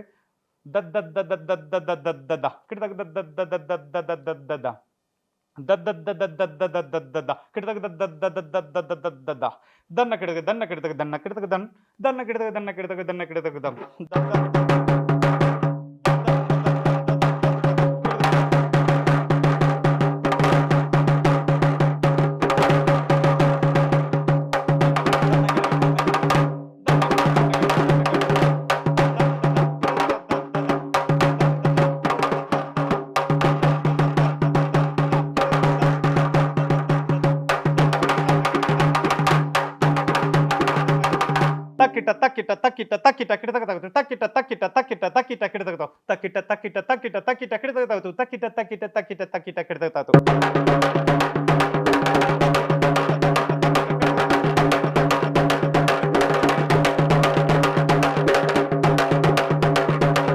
తక్కిట తక్కిట జామ్ తక్కిట తక్కిట జామ్ తక్కిట తక్కిట జామ్ త ది గి నా తొమ్ త ది గి నా తొమ్ త ది గి నా తొమ్ త ది గి నా తొమ్. ఇది అన్న ఇవి మా గురువు కుంపటి సూర్యభవంతరావు సార్ దగ్గర నేర్చుకున్నామన్న. ఆ సారు పరిచయం అయినాక నా జీవితం చాలా మారిపోయింది. కానీ ఎంత మారిపోయినా కానీ వెనకాల ఒకరు ఉండాలి, మనకు సపోర్ట్గా ఉండాలి. కానీ ఈ అవార్డు రావడానికి నన్ను ఈ సమాజంలో భాస్కర్ను అంటే అందరు కొంతమంది నన్ను మనకు అవార్డు కంటే వచ్చేదానికంటే ముందు మీరు ఎడ్యుకేషన్ బ్యాక్గ్రౌండ్ ఇంత కళారంగంలో రాణిస్తూ అనేక ఆల్మోస్ట్ ఒక 2,000-3,000 ప్రోగ్రామ్స్ చేసి ఉంటారు. ఇప్పుడు 3,000-4,000 ఈజీగా చేసి ఉంటారు. ఇలా ఒక రకంగా ఒక కళకు అంకితమైన వాళ్ళు మ్యాక్సిమం ఆ వైపు వెళ్ళిపోతూ ఉంటారు, లేదా కుటుంబ నేపథ్యం ఏదో ఒకటి ఉంటుంది మనకు, దీనికి సంబంధించి ఉంటాయి. బట్ మీరు విచిత్రంగా ఆశ్చర్యంగా స్ట్రాంగ్ ఎడ్యుకేషన్ బ్యాక్గ్రౌండ్ ఒకటి బిల్డ్ చేసుకున్నారు. బిఏలో గోల్డ్ మెడలిస్ట్ మీరు డిగ్రీ. అవునన్న. 3 పీజీలు చేశారు అంటున్నారు, పోస్ట్ గ్రాడ్యుయేట్ చేశారు, ఇప్పుడు పిహెచ్డీ చేస్తూ ఉన్నారు. అంటే దీనికి కూడా ఒక స్ట్రాంగ్ మోటివ్ ఒకటి కావాలి. అంటే డప్పు కొట్టుతా మీరు, నాకు తెలిసి మీరు చిన్నప్పుడు చాలామంది అవమానించి అంటున్నారు, అవమానాలకు ప్రతీకారం అనుకోవచ్చు, లేదా నేను ఏదో ఒకటి సాధించాలి చూపించాలి అనుకోవచ్చు. అంటే గోల్డ్ మెడల్ చదువుకోవడం వేరు, గోల్డ్ మెడల్ వరకు వెళ్ళడం వేరు, 3 పీజీ చేయడం వేరు. ఇది చాలా పెద్ద టాస్క్. అది ఎలా సాధ్యమైంది మీకు? అంటే చదువుకునే క్రమంలో మీకు ఆ క్రమంలో ఎదురైన అనుభవాలు, మీకు అక్కడున్న స్టాఫ్ నుంచి, లెక్చరర్స్ నుంచి కానీ, ప్రొఫెసర్స్ నుంచి కానీ వచ్చినట్టు అప్లాజ్, సపోర్ట్ ఎలా ఉండేది? చాలా బాగుండన్న. మా నాన్న ఫ్రెండ్ అని నాకు తెలియదు, యూనివర్సిటీకి వచ్చాక ఆయన ప్రొఫెసర్ అయిన. మా నాన్న విప్లవోద్యమంలో ఉంటే ప్రొఫెసర్ తలారి ప్రేమయ్య సార్ అని. నేను తక్కన పేరు చెప్పగానే ఈయన తెలుసా అంటే, అరే మీ నాన్న నేను చాలా క్లోజ్ బెట, కాబట్టి నువ్వు బాగా చదువుకోవాలి, మనలా వచ్చి నువ్వు మంచిది నేపథ్యం, కానీ చాలా బాగా చదువుకోవాలని నాకు చాలా ఎంకరేజ్ చేసేది. ఓకే. తను పర్సనల్గా కూడా నా ఖర్చులకు కానీ చాలాసార్లు హెల్ప్ చేసిన సందర్భాలు. Thank you sir, me support కూడా నాకుంది. ప్రేమయ్య సార్, అదేవిధంగా ప్రొఫెసర్ ఇటుకాల పురుషోత్తం సార్ అని నా మెస్ బిల్ కట్టాడు ఆయన. ఇప్పుడు ఉస్మానియా యూనివర్సిటీ ఎకనామిక్స్ డిపార్ట్మెంట్లో ఉండు. వీళ్ళిద్దరికీ నేను సొంతంగా స్టూడెంట్ను కాదు, నేను హిస్టరీ తెలుగు పొలిటికల్ సైన్స్. ఈ సారేమో పబ్లిక్ ఆర్ట్ డిపార్ట్మెంటు, ఈయననేమో ఎకనామిక్స్ డిపార్ట్మెంట్. ఆ తర్వాత అక్కడ ఉన్నటువంటి స్టాఫ్స్ కూడా నేను రాసే రచనలు అప్పుడప్పుడు కొన్ని, ఇది నిజాం, మా కాలేజీలో ఉన్నది నిజాం, మేము చెప్పేది చేసేది నిజాం, ఇదే మా ఇజం, ఇది నిజాం. పోలీసుల లాఠీలు మా నెత్తుల మీద ఆడినప్పుడు నా మెదడంటుంది, నన్ను లాఠీతో కొట్టినవు కానీ నా మెదడులో మెలిలే ఆలోచనను మాత్రం చంపలేదు కదా నీ లాఠీ. నా కడుపులో నా గుండె మీద అడుగుపెట్టి నీ బూటు కాళ్ళతో తొక్కినప్పుడు చిమ్మిన నా రక్తం లబ్ డబ్ అనడం మరిచి జై తెలంగాణ తిరగబడు అనే శబ్దాన్ని పలికిస్తుంది నా గుండె. నా కడుపులా దొరకబట్టి ఉక్కు పిడికిలు బట్టి గుద్దితే నా కడుపుల ఆకలితో మండేటువంటి లావా రగులుతుంది. నేను గనక తిరగబడితే, ఆకలితో అలమటించేవాడు తిరగబడితే, నా ఆకలి కేకల్లో మంటల్లో మాడి మసైపోతారు, జాగ్రత్త. మా విద్యార్థుల గుండె ధైర్యం ముందు మీ లాఠీలు ఎంత, తుపాకీ తూటాలెంత. దీపావళి పండుగ నాడు మా ఊరిలో కాల్చి పడేసిన సుతిలి బాంబంతా. ఖబర్దార్, విద్యార్థులతో పెట్టుకుంటే ప్రభుత్వాలు కూలుతాయట. కానీ ప్రభుత్వాలను కూల్చడం విద్యార్థుల లక్ష్యం అయితే ఏ లీడరు బజార్లో తిరగలేరు, జాగ్రత్త. మా మీద లాఠీచార్జ్ చేసిన పోలీస్ ఆఫీసర్లారా, ఒరే రాజకీయ కుక్కలారా, జాగ్రత్త. మిమ్మల్ని తరిమే రోజులు చరిత్రలో దగ్గరలో ఉన్నాయి, రాసి పెట్టుకోండి బిడ్డ. మా విద్యార్థుల ఆగ్రహం ముందు మంటల్లో మాడి మసైపోతారు, జాగ్రత్త అని అద్భుతమైన కవిత్వం రాసిన. సో ఇట్లా కవిత్వం ద్వారా, మాటల ద్వారా, పాటల ద్వారా, అన్నిటికి మించి మీ డప్పు శబ్దం ద్వారా ఆ రోజున ఉమ్మడి ఆంధ్రప్రదేశ్ ఏదైతే ఉన్నారో వాళ్ళకి సంబంధించినటువంటి అనేక నిర్బంధాలు ఎదుర్కొన్నారు. తెలంగాణ ఉద్యమంలో, ప్రత్యేక తెలంగాణ ఉద్యమంలో చాలా వేగంగా మీదైన గలాన్ని బలంగా వినిపించారు. ఈ క్రమంలో లాఠీ దెబ్బలు, పోలీసులు ఇందాక మీరు పాటలోనే అన్నట్టుగా పోలీసుల బూట్లు మీ శరీరం మీద నాట్యమాడడం ఇవన్నీ జరిగినాయి. ఆ లాఠీ దెబ్బల వల్ల ఈ పోలీసుల దారుణాల అకృత్యాల వల్ల కొంచెం మీరు హెల్త్ ఇష్యూస్ ఫేస్ చేశారు, చాలా ఇప్పటికీ కొంత దానికి సంబంధించిన ఒక ఇబ్బంది పడుతున్నారు అనేది, హాస్పిటలైజ్ అయ్యారు అనేది, దాని గురించి కొంచెం. అయితే లాఠీ చార్జ్ అయిన తర్వాత కొంచెం ఈ కడుపులో బాగా బలంగా దెబ్బ తాకింది. అది ఏమైనా సందర్భం గుర్తుందా? నిజాం హాస్టల్ మీద దాడి. నిజాం హాస్టల్ మీద దాడి జరిగినప్పుడు అయితే కొంచెం నాకు మూత్రం బంద్ అయిపోయింది ఒక 3-4 రోజులు. అంటే ఒకటన్నా ఇప్పుడు క్యాజువల్గా కొట్టమా లేదంటే అందే భాస్కర్ అనేవాడిని టార్గెట్ చేసి టార్గెట్ చేసి నా పుస్తకాలను ఎత్తుకొని పేరు అది అనేది అంటే ఇప్పుడు అంటే జనరల్గా లాఠీ చార్జ్ అనేది సింపుల్గా మరీ టార్గెట్ చేసి నేను రాసుకున్న పోయి నా కవితలను మొత్తం ఎత్తుకపోయారు, నా బ్యాగులను మొత్తం, నా బట్టలు బిట్టలు అన్ని ఎత్తుకపోయారు నన్ను టార్గెట్ చేసి. ఆ క్రమంలో బాగా కొట్టారు. అవును, దాని ద్వారా వచ్చినటువంటి హెల్త్ ఇష్యూస్ ఏమున్నాయి? అవును, అయితే కంప్లీట్గా 2 పేగులు లోపల డ్యామేజ్ కావడం జరిగిందన్న. అంత బలంగా కొట్టారు? అంత బలంగా కొట్టినారు. అయితే ఈ సందర్భంలో కొంచెం నాకు యూరిన్ కాక బ్లడ్ వచ్చేస్తుంది, ఇన్ఫెక్షన్ అయింది అది లోపల. నాకు తెలియదు పాపం. నేను విమలకతో చెప్పిన విషయాన్ని ఇట్లా అయిందమ్మా అంటే ఆమె వెంటనే ఒక డాక్టర్కి మాట్లాడి ఆపరేషన్ చేయించిండ్రన్న. సర్జరీ వరకు వెళ్ళింది. నేను మా ఇంట్లో కూడా ఎవరికి చెప్పకపోతే మా ఇంట్లో వాళ్ళకు కూడా చెప్పలేదు. అప్పుడు హాలిడేస్ ఏదో ఉంటే పాపం అరుణోదయాలు ఉన్న కొంతమంది చెల్లెళ్ళు తమ్ముళ్ళు నన్ను జాగ్రత్త చూసుకోరు. అప్పుడు నేను నిజాంలో ఉన్నా ఆ టైంలో. అంటే పేదరికం ఎంత ఘోరంగా ఉంటుందంటన్నా, ఇప్పటికైనా ఆపరేషన్ అయింది. నేను మా అయ్యకి చెప్పినా వచ్చిన తర్వాత వెళ్ళడానికి డబ్బులు లేవు, ఇంటికి వెళ్ళడానికి వెళ్ళని నాకు చెప్తే ఆయన ఒక కార్ అరేంజ్ చేసిండు. సరే ఏదైనా మంచిది అని ఊరికి పోయినాం. ఊరికి పోయినాక మా ఇంట్లో బియ్యం లేవు అన్న. మా ఇంట్లో బియ్యం లేవు. మా అవ్వ అప్పుడు ఊర్లో సీసీ రోళ్ళు పోస్తూ ఉంటే మాకు ఇంటికాడ ఉండడానికి ఇష్టం లేదు నాకు. మనం బైకాన్నే ఉన్నాం. వారి కోతలు వచ్చినాయి. అప్పుడు మిషన్లతో మేము కోసేది కాదు, మనమే కోసుకునేది. ఆ సందర్భంలో చాలా బైకాన్నే పోయి ఉందామంటే ఇంట్లో బియ్యం లేవు. బియ్యం లేకపోతే చాలా బాధ అనిపించింది. అసలు నేను చాలా ఎమోషన్ అయిపోయి చాలా ఇబ్బంది పడ్డ సందర్భాలు ఇప్పటికీ కూడా అప్పుడప్పుడు ఉంటాయి. కానీ ఏదో ఒకటి చేయాలన్న మనసు మాత్రం ఉండిపోయిందన్న. ఇవన్నీ నేను అనేది ఏంటంటే మన లెక్క పేదరికం మన వాళ్ళు అనుభవించద్దన్న. చదువుకోవాలి, బాగా చదువుకోవాలి. అందుకోసమే నేను ఎక్కువ అందుకోసమే ఇప్పుడు బాబాసాహెబ్ సార్ అందుకోసమే అందరికి ఆదర్శం ఈ సమాజానికి. అసలు ఆ విషయాలు చెప్పుకుంటేనే చాలా బాధ అనిపిస్తుంది అన్న. అంటే ఆ టైంలో ప్రత్యేక తెలంగాణ ఉద్యమ సహచరులు కానీ మీ ఫాదర్కి సంబంధించినటువంటి పార్టీ నాయకులు కానీ ఎవరు సపోర్ట్ చేయలేదా? సహాయం చేయడం కానీ చేయలేదు. ఎవరు చేయలేదు. ఎవరైనా ఒక విమల కంటే చేస్తుండదు. ఇప్పటికైనా నాకు ఏదన్నా సహాయం ఉంటే చేస్తుంది. కానీ మిగతా వాళ్ళు ఎవరు కానీ వాళ్ళ అవసరానికి వాడుకుంటారన్న. వాళ్ళ అవసరానికే వాడుకుంటారు. ఇప్పుడు ఉన్న లీడర్లు కూడా అట్లనే తయారైనారు. మా ప్రతి ఏరియాలో అట్లనే ఉన్నారు. కాబట్టి అది ఇప్పటికీ నన్ను చాలామంది ఎక్కిరిస్తారన్న. నేను బాధపడతా ఉంటా ఇప్పటికీ. ఎందుకంటే ఊళ్ళో నాకు ఇల్లు లేదన్న. నీకు ఇల్లు లేదురా, నువ్వు ఇంత చదువుకొని, అరే మీరు బాగా చదువుకోవాలంటే మా తమ్ముడు చదువుకోలే వ్యవసాయం చేస్తాడు, మీ తమ్ముడే చదువుకోడు, నువ్వు మాకెందుకు చెప్తున్నావు అన్న అని ఊర్లో మాట్లాడేటువంటి యువత కూడా ఉన్నది కొంతమంది. అప్పుడప్పుడు బాధ, అరే ఎందుకు ఇంత చెప్తా ఉంటే అని. కానీ ఇప్పుడు వాళ్ళకి అర్థమైపోయింది, ఆయన చెప్పినప్పుడు మేము లేదు అని. అప్పుడప్పుడు దండం పెడతారు, అది చేస్తావు. కానీ నేను యాక్సెప్ట్ చేయను, అదంతా యాక్షన్లో ఒక భాగం. అట్లా చాలామంది ఇప్పటికైనా ఇబ్బంది పెట్టే వాళ్ళు ఉన్నారు. ఇప్పటికైనా ఊరిలో ఇబ్బంది పెట్టే వాళ్ళు ఉన్నారు. భారతదేశంలో ఉస్తాద్ బిస్మిల్లా ఖాన్ అవార్డు తీసుకున్న మొట్టమొదటి డప్పు కళాకారుడు మీరు. ఇంకా అవమానిస్తున్నారంటే ఇంకా వాళ్ళ మనుషులు అనాలా మనం ఇప్పటికీ చాలా. సో ఇప్పుడు మీరు చెప్పినట్టుగా బ్రదర్ ఊళ్ళో ఇల్లు లేదంటున్నారు.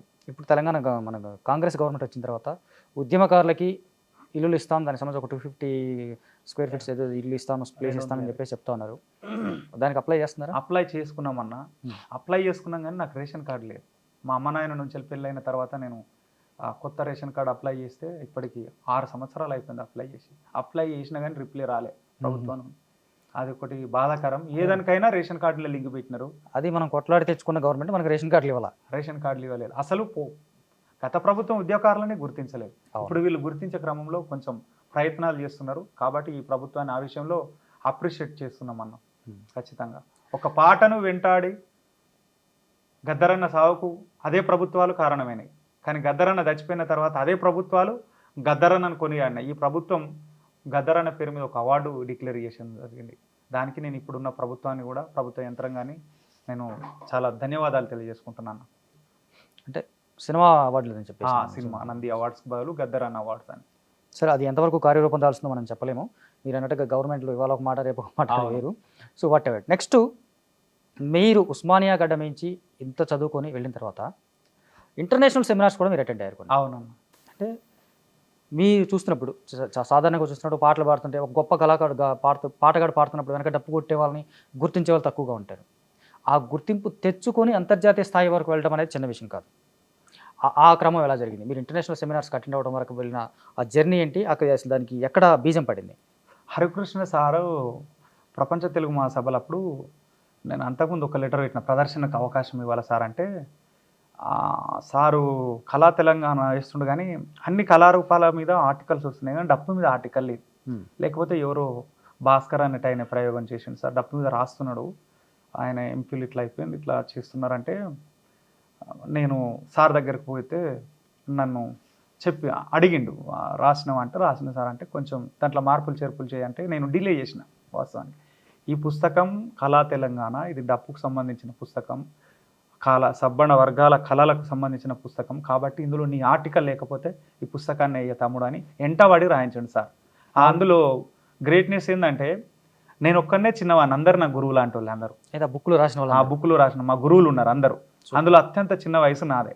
అది ఇప్పుడు ఒక చరిత్రలో నిలిచిపోయే పుస్తకం అది కళా తెలంగాణ. ఆ తర్వాత తమిళనాడు కానీ, బెంగళూరు కానీ, ఈ తెలుగు యూనివర్సిటీలో కానీ, మిగతా రాష్ట్రాల్లో ఇంటర్నేషనల్ సెమినార్స్ జరిగితే నేను ఎక్కడికి పోయినా డప్పు మీదనే ఆర్టికల్స్ రాసేది.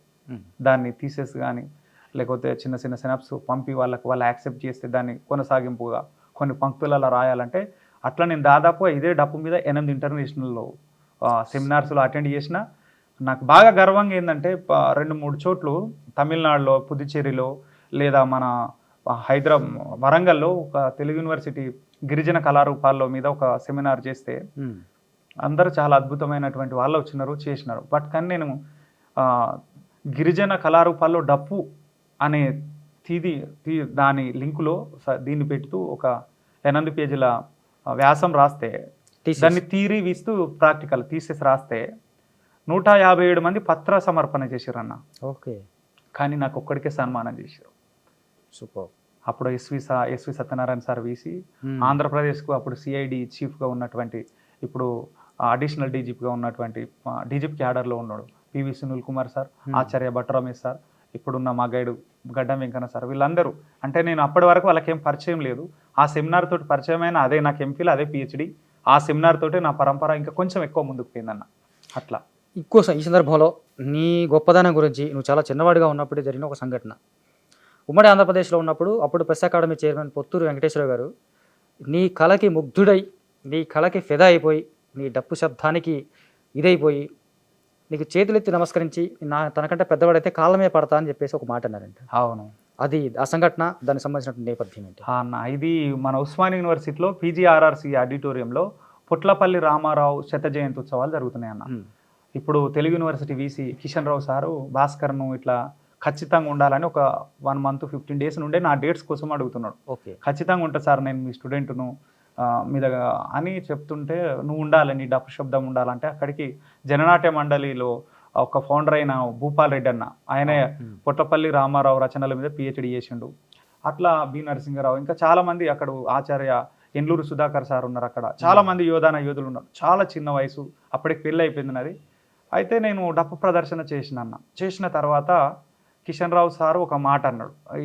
ఈ సదస్సులో అత్యంత పెద్ద వయసు వాళ్ళు పొత్తూరు వెంకటేశ్వరరావు, అత్యంత చిన్న వయసు వాళ్ళు మన అందే భాస్కర్, డప్పు భాస్కర్ అన్నాడు. అన్న తర్వాత ఈ సారు మాట్లాడాలంటే, ఈ సారు మాట్లాడుతూ పొత్తూరు వెంకటేశ్వరరావు సార్ మాట్లాడుతూ, అసలు నేను డప్పు భాస్కర్ ప్రదర్శన చూసిన తర్వాత చాలా మంత్రముగ్ధుడిని అయిపోయినా. ఈ జతులను, ఈ విన్యాసాలను చూసిన తర్వాత నాకు వాడు పెద్దోడు అయితే నేను దండం పెట్టి పాదాభివందనాలు చేస్తూ, అయినా కూడా నేను నీకు నమస్కారం చేస్తున్నా బిడ్డ, నీ కళకు నువ్వు చాలా బాగుండాలని అంటే నేను ఏడ్చేసిన. ఎందుకంటే చాలా పెద్ద మనిషి, ఆయన కొంత అట్లా అన్న సందర్భం ఉందన్న. ఆన్ రికార్డ్ స్టేజ్ అది, ఆన్ రికార్డ్ స్టేజ్. ఇప్పుడు మీరు కిషన్ రావు సార్ దగ్గర వీడియో ఉంటుంది, వెళ్ళి మీరు మైక్ టీవీ నుండి కూడా ఇన్వెస్టిగేషన్ చేయొచ్చు. ఇన్వెస్టిగేషన్ కోసం కాదు, అంటే ఒక గొప్ప సంఘటన కదా నీ చాలా జీవితంలో గొప్ప సంఘటన. ఇంకొక గొప్ప సంఘటన కూడా ఉందన్న.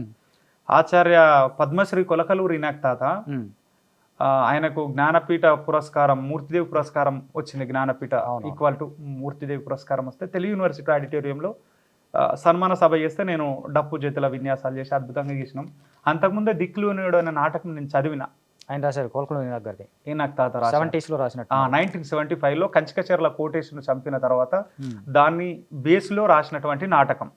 ఆ సందర్భంలో రాస్తే నా ప్రదర్శన చూసిండు తాత. చూసిన తర్వాత దాన్ని ఎప్పుడైతే నేను అటాచ్డ్ అయినో దాన్ని పునర్రచన చేయాలనుకున్నాట. అంతకుముందు తెలుసు కానీ అంత క్లోజ్నెస్లో పోకపోతే దిక్కులోనుడు అనే నాటకాన్ని రీరైట్ చేసిండు. అందులో ఈరోడు అనే పాత్ర తీసేసి అందే భాస్కర్ ఢందోర్ అని కూడా అని పెట్టాడు.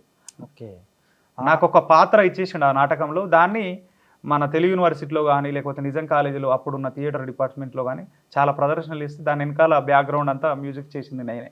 ఓకే, మీరు యాక్చువల్లీ జస్ట్ మ్యూజిక్ చేసిన. అందులో నా పాత్రలో వేరే వాళ్ళు యాడ్ చేసిన. అది నేను ఒక మాట నా సందర్భంలో పద్మశ్రీ అవార్డు పొందినటువంటి ఒక కొలకలూరు ఇనాక్ తాత సాహిత్య లెజెండ్, ఆయన తెలుగు సాహిత్య లెజెండు, అంతర్జాతీయ కవి. ఆయన చేతిలో ఆ వాక్యం వచ్చిందంటే నా జన్మ ధన్యమైందని చెప్పినాను. సూపర్. నాకు చిన్న డౌట్ ఏంటంటే, మీరు తెలుగు యూనివర్సిటీ నుంచి ఎదిగారు ఒక. అవును. తెలుగు యూనివర్సిటీ అనగానే మామూలుగా జనరల్ సేయింగ్ ఏముంటుందంటే అది కొన్ని వర్గాల చేతుల్లో ఉంటుంది, కొన్ని కులాల చేతుల్లో ఉంటుంది, కొంతమందిని మాత్రమే ఎంకరేజ్ చేస్తారు పర్టికులర్గా అనేది ఒక కంప్లైంట్ అయితే ఉంది. వాస్తవం ఉన్నది ఇప్పటికీ కూడా అట్లాగే ఉన్నది. అదే ఒక దాన్ని అక్కడ ఎంకరేజ్ చేయబడాలన్నా లేదా అక్కడ కొంచెం వాడికి ఏదైనా ప్రోత్సాహం ఇంకేదైనా చేయాలన్నా కూడా ఒక వర్గం అనేది ప్రధాన పాత్ర పోషిస్తాం. అవును. ఆ ప్రధాన పాత్ర పోషించే వర్గంలో మీరు లేను. అయినప్పటికీ మీరు ఎదిగారు. అట్లా మీ కళ ద్వారా ఎదిగారా, అవమానాలు దాటుకొని ఎదిగారా? అక్కడ మీకు ఎవరైనా ఇన్సల్ట్ చేయటం, అరే ఏంట్రా మీరు ఇంతేనా, ఇంకా ఇట్లా ఎవరైనా అన్నారు? అన్నవాళ్ళు ఉన్నారు. అన్న తర్వాత మన ప్రదర్శనలు చూసి అబ్బా నేను ఇట్లా ఆ రోజే అనుకున్నాను నువ్వు ఇట్లా అవుతావని అన్న వాళ్ళు కూడా ఉన్నారు. ఇప్పటికీ అంటూనే వాళ్ళు కూడా ఉన్నారు.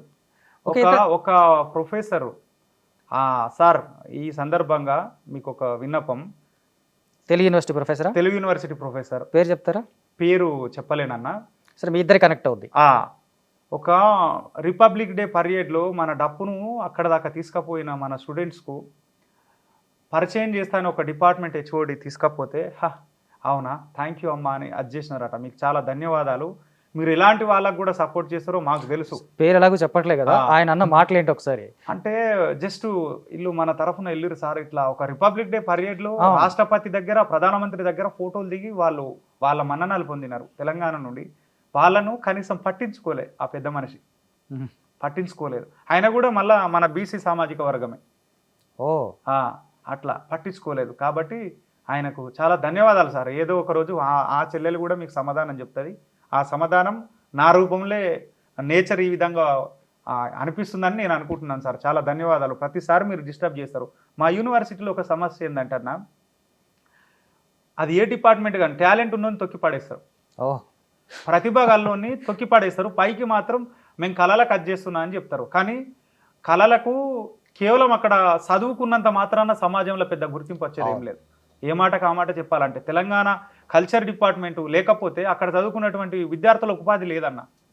విద్యార్థులకు కళ పీజీ చేసి వాడు ఎంపీఏ థియేటర్ ఆర్ట్స్ చేసి ఎంఫిల్ పిహెచ్డి చేసి ఏం చేయాలి? ఆ ప్రొఫెసర్సా అక్కడ అది చాలా పెద్ద వ్యవస్థ. వాళ్ళకు ఎవ్వరికి అవకాశాలు ఇవ్వరు యూనివర్సిటీలలో. అది పెద్ద ఒక అగ్రహారంగా ఉండిపోతుంది. ఆనాది యూనివర్సిటీ ఏర్పడ్డ నుండి ఎంతో కొంతమంది అక్కడక్కడ బీసీలో ఎస్సీ ఎస్టీలో ఉంటారు. ఈ మధ్య కాలంలో కూడా గమ్మత్ ఏంటంటే కొంతమందికి ప్రమోషన్స్, వాళ్ళకు అవసరం లేని ప్రమోషన్స్ సొంతంగా క్రియేటివిటీ చేసి రూల్స్కు విరుద్ధంగా వాళ్ళు ప్రమోషన్స్ ఇచ్చుకున్నారు తెలుగు యూనివర్సిటీలో. ఒక పిఆర్ఓ వ్యవస్థ అనేది పబ్లిక్ రిలేషన్ ఆఫీసర్గానే ఉంటాడు. వాళ్ళకి ప్రమోషన్స్ ఉండయి యూనివర్సిటీలలో, కానీ వాళ్ళు ప్రమోషన్స్ ఇచ్చుకున్నారు. మరి మిగతా వాళ్ళకి ఏం న్యాయం చేస్తున్నట్టు మా తెలుగు యూనివర్సిటీ? సో అదే అనేది నేను అంటే ఒక వర్గాన్ని బట్టి పనిచేస్తుంది మీరు అన్నట్టుగా. అది పెద్ద స్టేట్మెంట్. యాక్చువల్గా యూనివర్సిటీ అనేది ఒక అగ్రహారంగా మారిపోయింది. కొంతమంది ప్రయత్నాలు చేస్తే వాళ్ళు విచ్ఛిన్నమే చేస్తారు ఫస్ట్. ఓకే, అక్కడ టాలెంట్ ఉంటే కుదరదు. కానీ అయినా సరే వాటన్నిటిని మెదులుకొని నిలబడేటువంటి నాలాంటి వాళ్ళు వస్తారు ఏదో ఒక మంచి రోజు. దృఢ సంకల్పం ఉంటే ఆటోమేటిక్గా మీరు అన్నట్టుగా మీరు ఇందాక నుంచి అన్నట్టుగా ప్రకృతి సహకరిస్తున్నప్పుడు ఎవరైనా దాన్ని ఆపడానికి ఏం లేదు. అవునన్న. సో తెలంగాణ ఉద్యమం సంబంధించి మీరు అనే లాఠీ దెబ్బలు తిన్నారు, పోలీసుల దెబ్బల దాష్టికం తట్టు వల్ల హాస్పిటలైజ్ అయ్యారు, రకరకాల ప్రాబ్లమ్స్ ఫేస్ చేశారు, జైలుకు కూడా వెళ్ళారు కదా. అవునన్న. అట్లా ఎప్పుడు ఎన్నిసార్లు జైలుకు వెళ్ళారు, ఎన్ని నెలలు జైల్లో ఉన్నారు, ఒక్కసారి జైలు ఎక్స్పీరియన్స్ ఎలా ఉండే? 2 నెలలు ఒక్కసారి ఏ జైలు? చర్లపల్లి జైలు. చర్లపల్లి జైల్లో 2 నెలలు. ఒక్కసారి చెంచల్గూడ వెళ్ళినాం. ఓకే. ఈ హైదరాబాద్లో ఈ చుట్టుపక్కల పోలీస్ స్టేషన్లో కనీసం 100 కేసులు మా మీద రిజిస్టర్ అయిపోతున్నారు.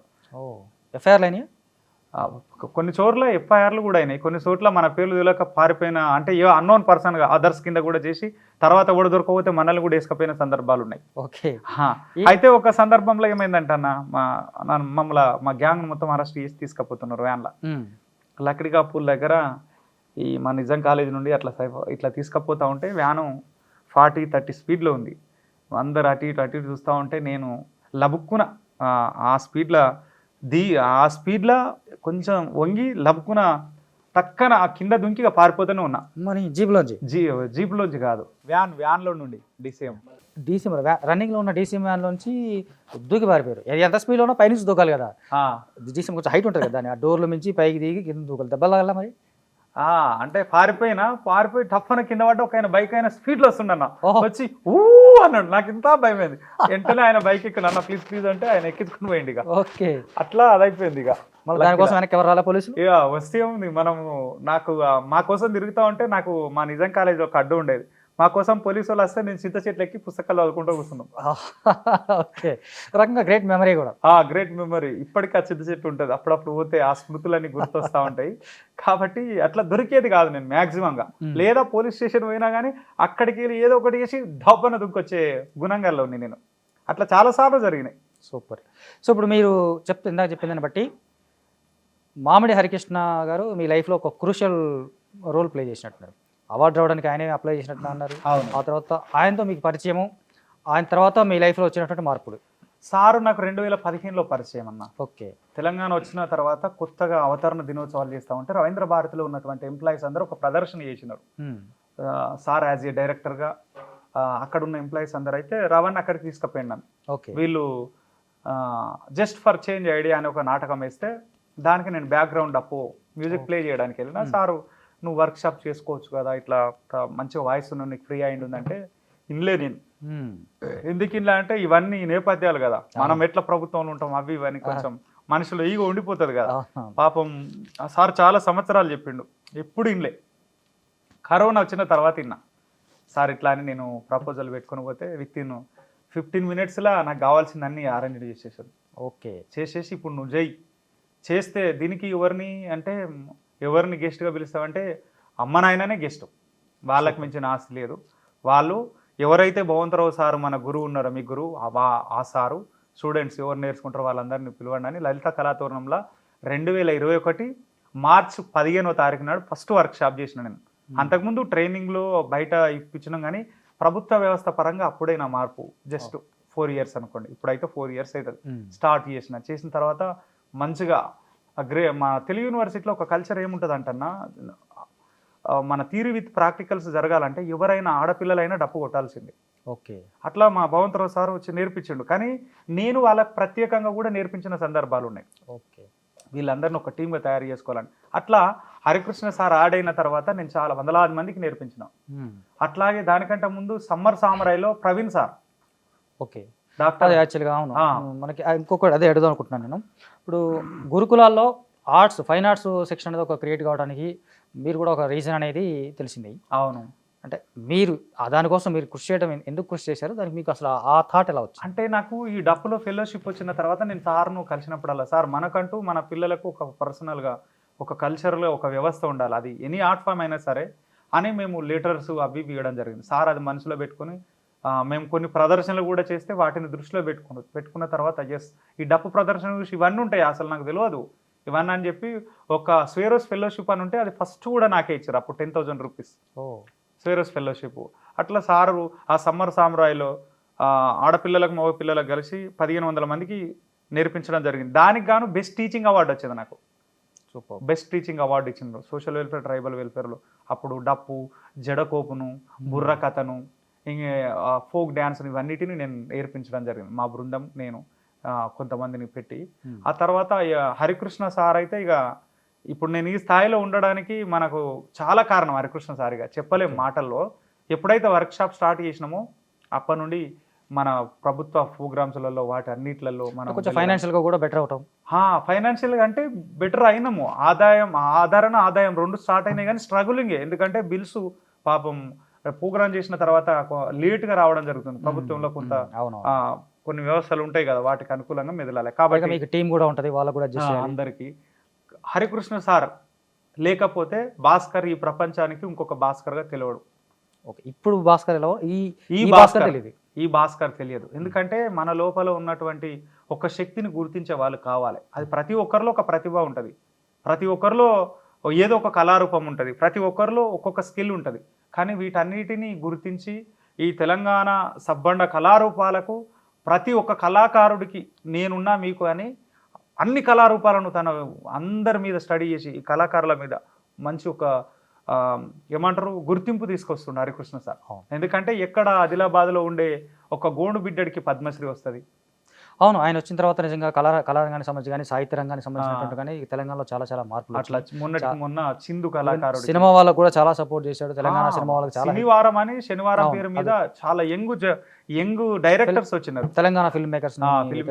అట్లా అన్ని. సో మొత్తంగా మామిడి హరికృష్ణ గారు వచ్చిన తర్వాత మీ లైఫ్ లో చాలా కొత్త అధ్యాయం మొదలైంది. కొత్త అధ్యాయం మొదలైంది. పెళ్లికి తర్వాత నాది కొంత మార్పు జరిగిందిలే. మావిడ నిజంగా ఇంటర్వ్యూ ద్వారా మావిడకు కూడా థ్యాంక్స్ చెప్పుకోవాలి. మావిడ పేరు గంగా జమున. నాకు 2 పిల్లలు. గంగా జమున పేరే. అంటే ఆవిడ ఎక్కడ పరిచయం మీకు? యూనివర్సిటీ. లవ్ మ్యారేజా? లవ్ కాదు కానీ లవ్ లాంటిది, ప్రేమ వివాహం కాదు. ఓకే, స్టేట్మెంట్ వెరైటీగా ఉంది.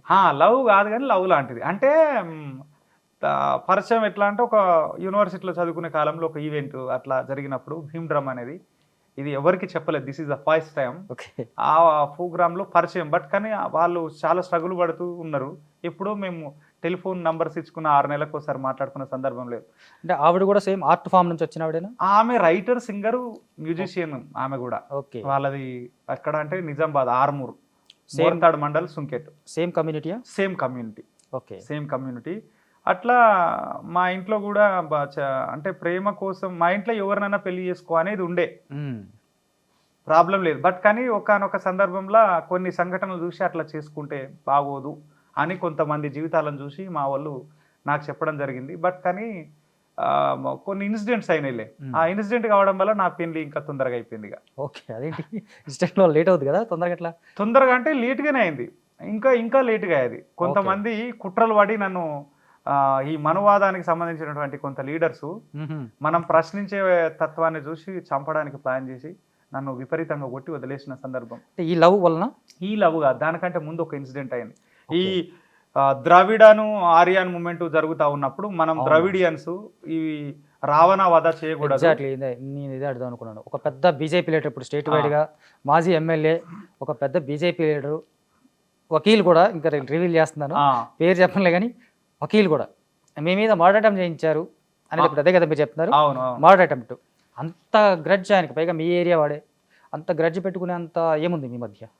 అంటే మా చిన్నతనం నుండి కూడా మా ఊర్లో మేము పెద్ద మాదిగా, నేను ఎప్పుడు క్యాస్ట్ చెప్పను, సారీ ఆయన అనుకోకండి. అయితే లందా ఉంటుంది, లందా, ఇవన్నీ ఏ కార్యం జరిగినా మా ఇంటికి వస్తారు ఊరు మొత్తంలో. ఓకే, నేను చిన్నప్పటి నుండి మా ఊళ్ళో రావణాసురుని కాల్చేది నేను చూస్తలేను.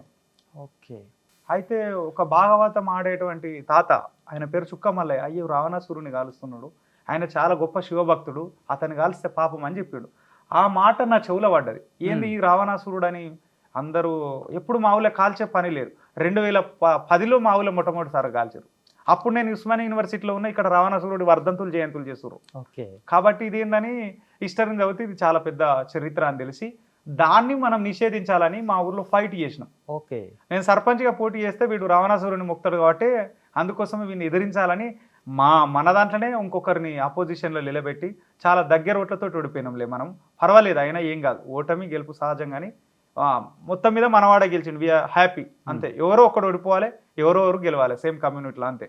ఎవరైనా మన వాళ్ళే, గెలిచినంత మాత్రాన ఏం చేసేదేం లేదు, గెలవకపోతే మనం ఏం చేసేది. అట్లా నా మీద ఒక కక్ష ధోరణి కట్టించి ఈ చుట్టుపక్కల ఊళ్ళలో ఎక్కడికి పోయినా ప్రశ్న అందెలా స్టార్ట్ అయింది, మన వాళ్ళు తిరుగుబాటు చేస్తారు. ఇది రావణాసురుడికి సంబంధించింది, రావణాసురుడికి సంబంధించింది. అదేనా లేకపోతే రావణాసురుడికే. రావణాసురుడు హేతువాద దృక్పథం, ప్రశ్నించే దృక్పథం కాబట్టి ఇది ఫస్ట్ అందెలా స్టార్ట్ అయింది. చుట్టుపక్కల మిరుదొడ్డిలో ప్రశ్నించరు, తర్వాత కాస్లాబాద్లో ప్రశ్నించరు, జంగపల్లిలో ప్రశ్నించరు, మల్లిపల్లిలో ప్రశ్నించరు, రుద్రారంలో ప్రశ్నించరు, అల్వాల్లో ప్రశ్నించరు. ఇది ఇక్కడ నుండి అందే నుండి భాస్కర్ స్టార్ట్ చేసిండు కాబట్టి ఇదంతా మన వ్యవస్థకు దూరం అవుతుంది, ఇది చంపేస్తే అయిపోతుంది అని కంకణం కట్టుకున్నారు. అది కూడా 2016 సెప్టెంబర్ 11 రోజు దసరా రోజే. ఓకే, కొత్త జిల్లాలు ఏర్పడుతున్నాయి. 10 జిల్లాల తెలంగాణ 30 జిల్లాలు అవుతుంది. అప్పుడు 30 జిల్లాల తెలంగాణ ఏర్పడ్డ రోజే నేను దసరా అయిపోయి మా ఊళ్ళో ఒక తాత ఇంటి పక్క చనిపోతే ఆయన శవం కాడ డప్పు కొట్టి ఆయన బొందల పెట్టిన తర్వాత మా ఊరు ఎంపీటీసీ ఆయన వెహికల్లో ఇక్కడ మధ్యలోకి దించండి అన్న, నేను ఇట్లా మా సార్ వాళ్ళ నాన్న చనిపోయింది వెళ్ళిపోవాలని చెప్తే ఆ దారి గుండా పోతా ఉంటే కథ నేను కనబడగానే అంతకుముందే మేము ఈ కాల్చేదాని మీద వద్దని వివిధ పోలీస్ స్టేషన్లల్లో మన టీమ్స్ తోటి పోలీస్ కంప్లైంట్ ఇచ్చినాం. వీడు ఇట్లా స్టార్ట్ చేస్తుండే మాకు ప్రతి చోట ఇబ్బంది అవుతుందని కథం.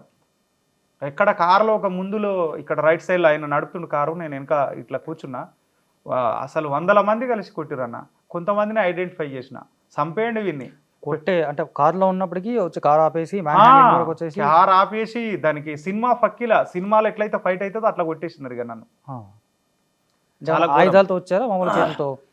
ఇక వాళ్ళు ఇటుక బిడ్డలతో కొట్టినారు. మన బాడీ కొంచెం స్ట్రాంగ్, పగిలిపోయినాయి ఎక్కడక్కడ. తర్వాత ఎన్ని రకాల చేయొద్దు అన్ని రకాలు చేశారు. చెవు ఇదంతా చాలా ఇబ్బంది అయిపోయింది.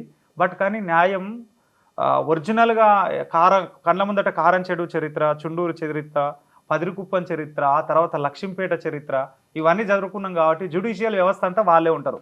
అవును, మనం ఎన్ని హై వీక్నెస్ తీసుకపోయినా డబ్బులకు లొంగిపోవాల్సింది న్యాయం. కాబట్టి అది ఈ విషయంలో మాత్రం అందుకోసమే న్యాయం ఉన్నోళ్ళ వైపు నర్తిస్తున్నది. చట్టం ఉన్నోడి చుట్టం, న్యాయం ఉన్నోడి వైపు నర్తిస్తున్నది. న్యాయం బాధితుడి వైపు అంటే నర్తిస్తున్నది. బాధితుడి వైపు న్యాయం నిలబడతలేదని ఒక మినీ కవిత్వం కూడా రాసుకున్నా. ఓకే, అట్లా ఆ బాధ ఆ లీడర్కు తర్వాత అర్థమైంది. లీడర్కు మనం ఎంత మొండి కేసు, మన జాతిలో ఉన్నటువంటి గొప్ప గొప్ప లీడర్ దగ్గరికి పోయి ఇట్లా చేయండి అట్లా చేయండి అంటే ఇన్లే.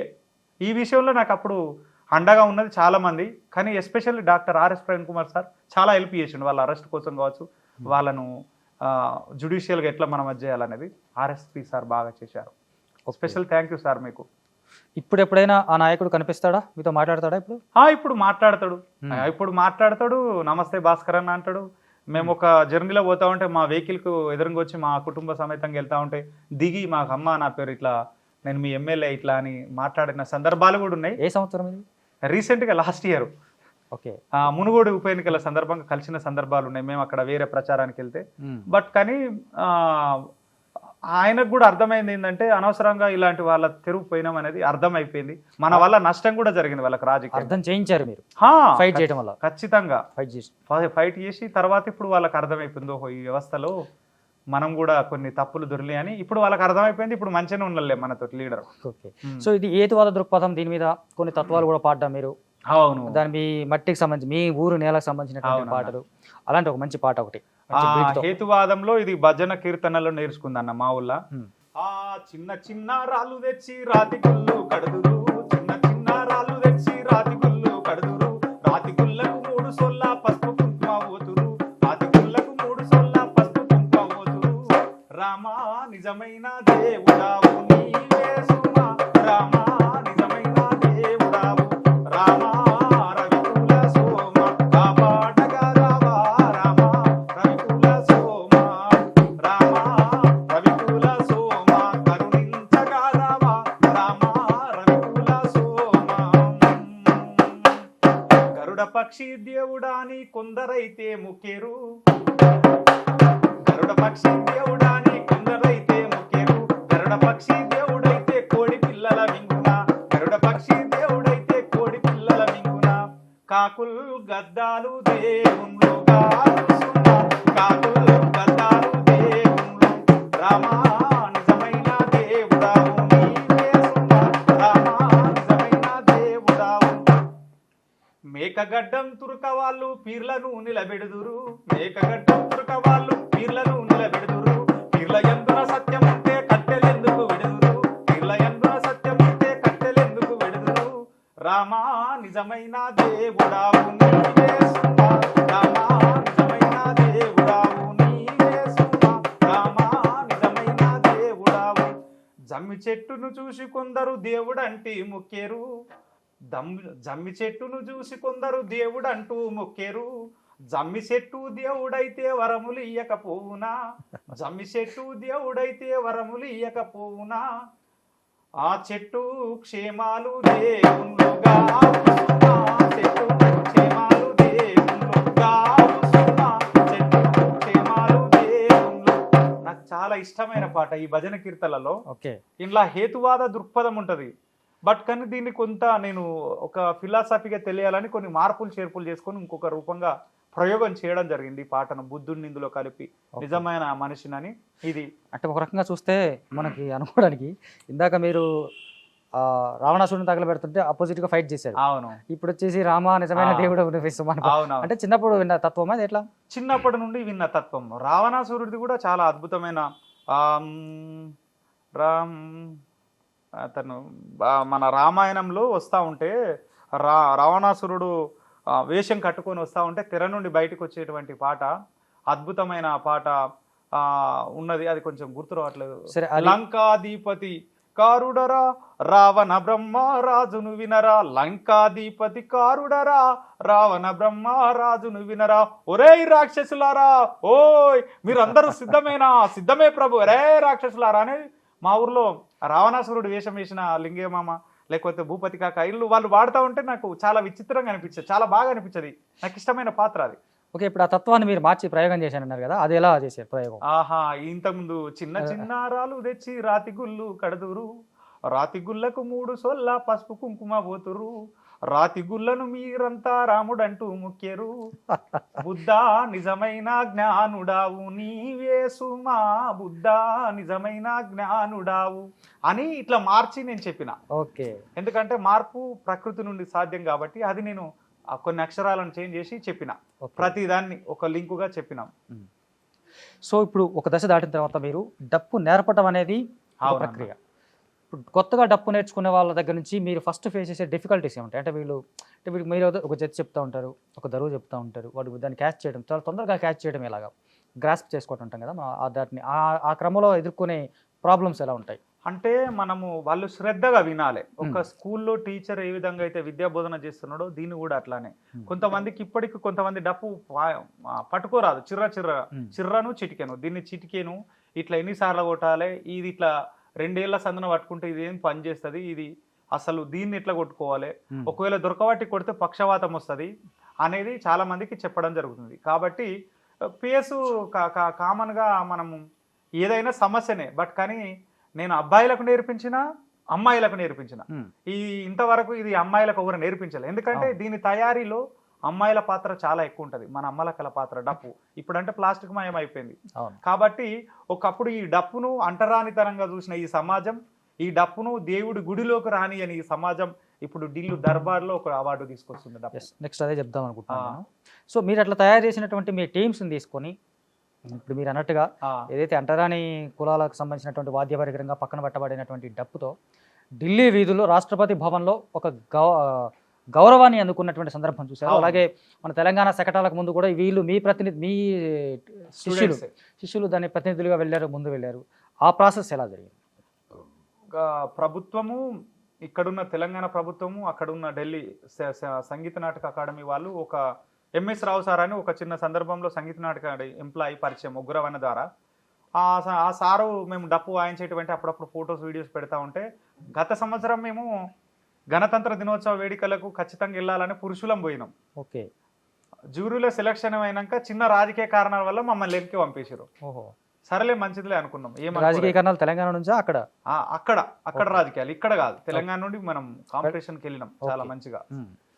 సరేలే అనుకున్నాం. కానీ అదే సంవత్సరం తిరిగే లోపు మనకు ఎలాంటి 4 వ్యవస్థల కాంపిటీషన్ ఉంటుందో ఆ 4 వ్యవస్థలు మన వీడియోలు నచ్చి డైరెక్ట్ ఢిల్లీకి పిలుచుకున్నాం. ఓకే, అమ్మాయిలను ఈసారి వాళ్ళు నారీశక్తి థీమ్ పేరు మీద చేసినారు కాబట్టి ఆ బృందానికి తెలంగాణ నుండి నేతృత్వం వహించే అవకాశం నాకు మామిడి హరికృష్ణ సార్ గారు ఇవ్వడం జరిగింది. అక్కడ సంగీత నాటక అకాడమీ వాళ్ళు, నార్త్ కల్చర్ జోన్ వాళ్ళందరూ అక్కడ వాళ్ళకు ఒక టీం ఉంటుంది. వాళ్ళు అందరికీ ముందు ఫస్ట్ డప్పే మోగింది. అక్కడ 112 మంది వాయిద్యకారులు ఉంటే తెలంగాణకి వెళ్ళి 20 మంది వాయిద్యాలు, మన తెలంగాణ డప్పులు రిపబ్లిక్ డే పరేడ్లో పాల్గొనడం జరిగింది. అక్కడ సుమారుగా ఒక 1200 మంది ఉంటే వాళ్ళందరికీ కూడా టీం మెంటర్గా ఉన్నటువంటి దేవేందర్ షెల్లర్ వచ్చి మనకు నమస్కారం చేసి, నాకంటే వయసులో చాలా పెద్దోడు, పాదాభివందనాలు తెలియజేసి, అది చాలా వెరీ హ్యాపీ. ఎందుకంటే అది మర్చిపోలేము. అట్లా అక్కడికి వెళ్ళిన తర్వాత కేంద్ర రాష్ట్ర ప్రభుత్వాలు కలిసి ఎర్రకోటలో భారత్ పరువు అని ప్రతిసారి కల్చర్ ప్రోగ్రామ్ చేస్తాయి. అక్కడ ఆ ప్రోగ్రాం కూడా తెలంగాణ ప్రభుత్వం మనల్నే పంపించి అక్కడ కూడా అద్భుతంగా ప్రయోగం చేస్తే అక్కడ కూడా ఈ అవార్డు ఉస్తాద్ బిస్మిల్లా ఖాన్ పురస్కారం రావడానికి ఇవన్నీ టాలీ అయినాయి అన్న. చిన్నప్పటి నుండి మనము ఇట్లాంటి వ్యవస్థలో CCRT ఫెలోషిప్ ఏదైనా మనల్ని గుర్తించేవారు లేకపోతే కష్టం. ఈ అవార్డు రావడం వెనుక కేవలం కల్చర్ డిపార్ట్మెంట్ డైరెక్టర్ మామిడి హరికృష్ణ సార్, తెలంగాణ ప్రభుత్వము ప్రపోజల్ చేసింది కాబట్టి, అదేవిధంగా విమలక్క గారికి చాలా థ్యాంక్ యూ, మందకృష్ణ మాదిగ గారికి, ఇంకా కొంతమంది సహకారం చేసినారు కొంత. బట్ ఏదేమైనా హరికృష్ణ సారే 99% రియల్. ఓకే. సో మరి మొదట్లో ఒక మాట అన్నారు, ఏమంటే డప్పు కొట్టే వాళ్ళు ఉంటారు, వాయించే వాళ్ళు ఉంటారు. కొట్టేవాడు వాయించేవాడిగా మారాలంటే వాడు చేయాల్సిన సాధన ఎలాంటి? కొట్టేవాడు వాయించేవాడిగా మారాలంటే వాళ్ళు నిరంతరం సాధన చేయాలి. ఒక బీటును పట్టుకొని ఇప్పుడు ఇట్లా చేస్తున్నాను, వాళ్ళు ఎట్లా కొడతారు? ఎక్కడనో ఒక దిక్కు దృష్టి పెడతారు. కానీ దీన్ని శ్రద్ధగా జామ్ జామ్ అంటే చిర్రా చిటిక రెండు కలిస్తేనే జామ్. తా తా తా, ఇది తా, ఇది జామ్. జామ్ తక్క తక్క తా, జామ్ తక్క తక్క తా. దీన్ని మనం ఏం చేస్తాం, వాళ్ళకు కూడా రావాలంటే 1 2 3 4 5 6 7 8 1 2 3 4 5 6 7 8 ఇట్లా చెప్పడం వల్ల వాళ్ళు తొందరగా క్యాచ్ చేస్తున్నారు ఇప్పుడున్నటువంటి వాళ్ళు. కాబట్టి ఈ నోట్ రూపంలో చెప్పడం జరుగుతుంది. కాబట్టి వీళ్ళందరికీ ఈ విధంగానే చేస్తున్నాం. మనము ఆడపిల్లలు ఒక రాజ్భవన్లో మాకు ఉమెన్స్ డే జరిగినప్పుడు 2 సంవత్సరాల క్రితం రాజ్భవన్ ఒక మొత్తం రాష్ట్ర శాసనాన్ని రాజ్యాంగాన్ని అమలు చేసే వ్యవస్థ మొత్తం రాజ్భవన్లో. అట్లాంటి రాజ్భవన్లో కూడా మనం ఉమెన్స్ డప్పు వెళ్ళడం జరిగింది. ఓకే. అది ఏ సందర్భంగా జరిగింది? ఉమెన్స్ డే, అంతర్జాతీయ మహిళా దినోత్సవం సందర్భంగా 2 సంవత్సరాల క్రితం మనకు ప్రభుత్వమే పంపించింది. చాలా అద్భుతంగా చేసినాం. అది అన్ని మీడియాలలో కూడా రావడం జరిగింది. మీ టీమే? మన టీమే. దానికి మా ఆవిడ నేతృత్వం వహించింది, గంగా జమున గారు. ఆమె కూడా 4-5 బీట్స్ చాలా బాగా వాయిస్తారు. ఆ తర్వాత దీనికి అంతటికీ నాకు కొంత హెల్ప్ఫుల్గా ఉండే తమ్ముడు అమరవరపు సతీష్ కావచ్చు, మన తుడుం మహేష్ కావచ్చు, ప్రవీణ్ కావచ్చు, లేకపోతే సంజయ్ కావచ్చు, తర్వాత సురేష్ అన్న కావచ్చు, ఇంకా చాలామంది. నా ఫ్రెండు, నాకు అత్యంత ప్రాణమిత్రుడు, ఒక మిత్రుడు పుస్తకాలు తెచ్చిచ్చేది, నేను నిజాం కాలేజీలో కొటేషన్స్ రాస్తూ, సూర్యం, నక్క, శ్రీశైలం యాదవ్, ఇంకా చాలామంది మిత్రులు ఉన్నారు. అట్లా వాళ్ళందరికీ కూడా థ్యాంక్ యూ. సో ఇప్పుడు మనకి డప్పు అనగానే చాలామంది ఏదో కొట్టేస్తాం, మీరు చాలా ఈజీగా కొట్టేస్తూ ఉంటారు, ఏదో ఒక సౌండ్ అయితే వస్తుంది. అవును, సౌండ్ అయితే బయటకు వస్తుంది. ఆ సౌండ్ వాడు వినడా ఇది ఒకటి. చాలా మంది మనకు ఊర్లలో అనగానే డప్పు అనగానే తీన్మారు, ఇక్కడ ఆగిపోతుంది, ఇది పరిమితం అవుతుంది.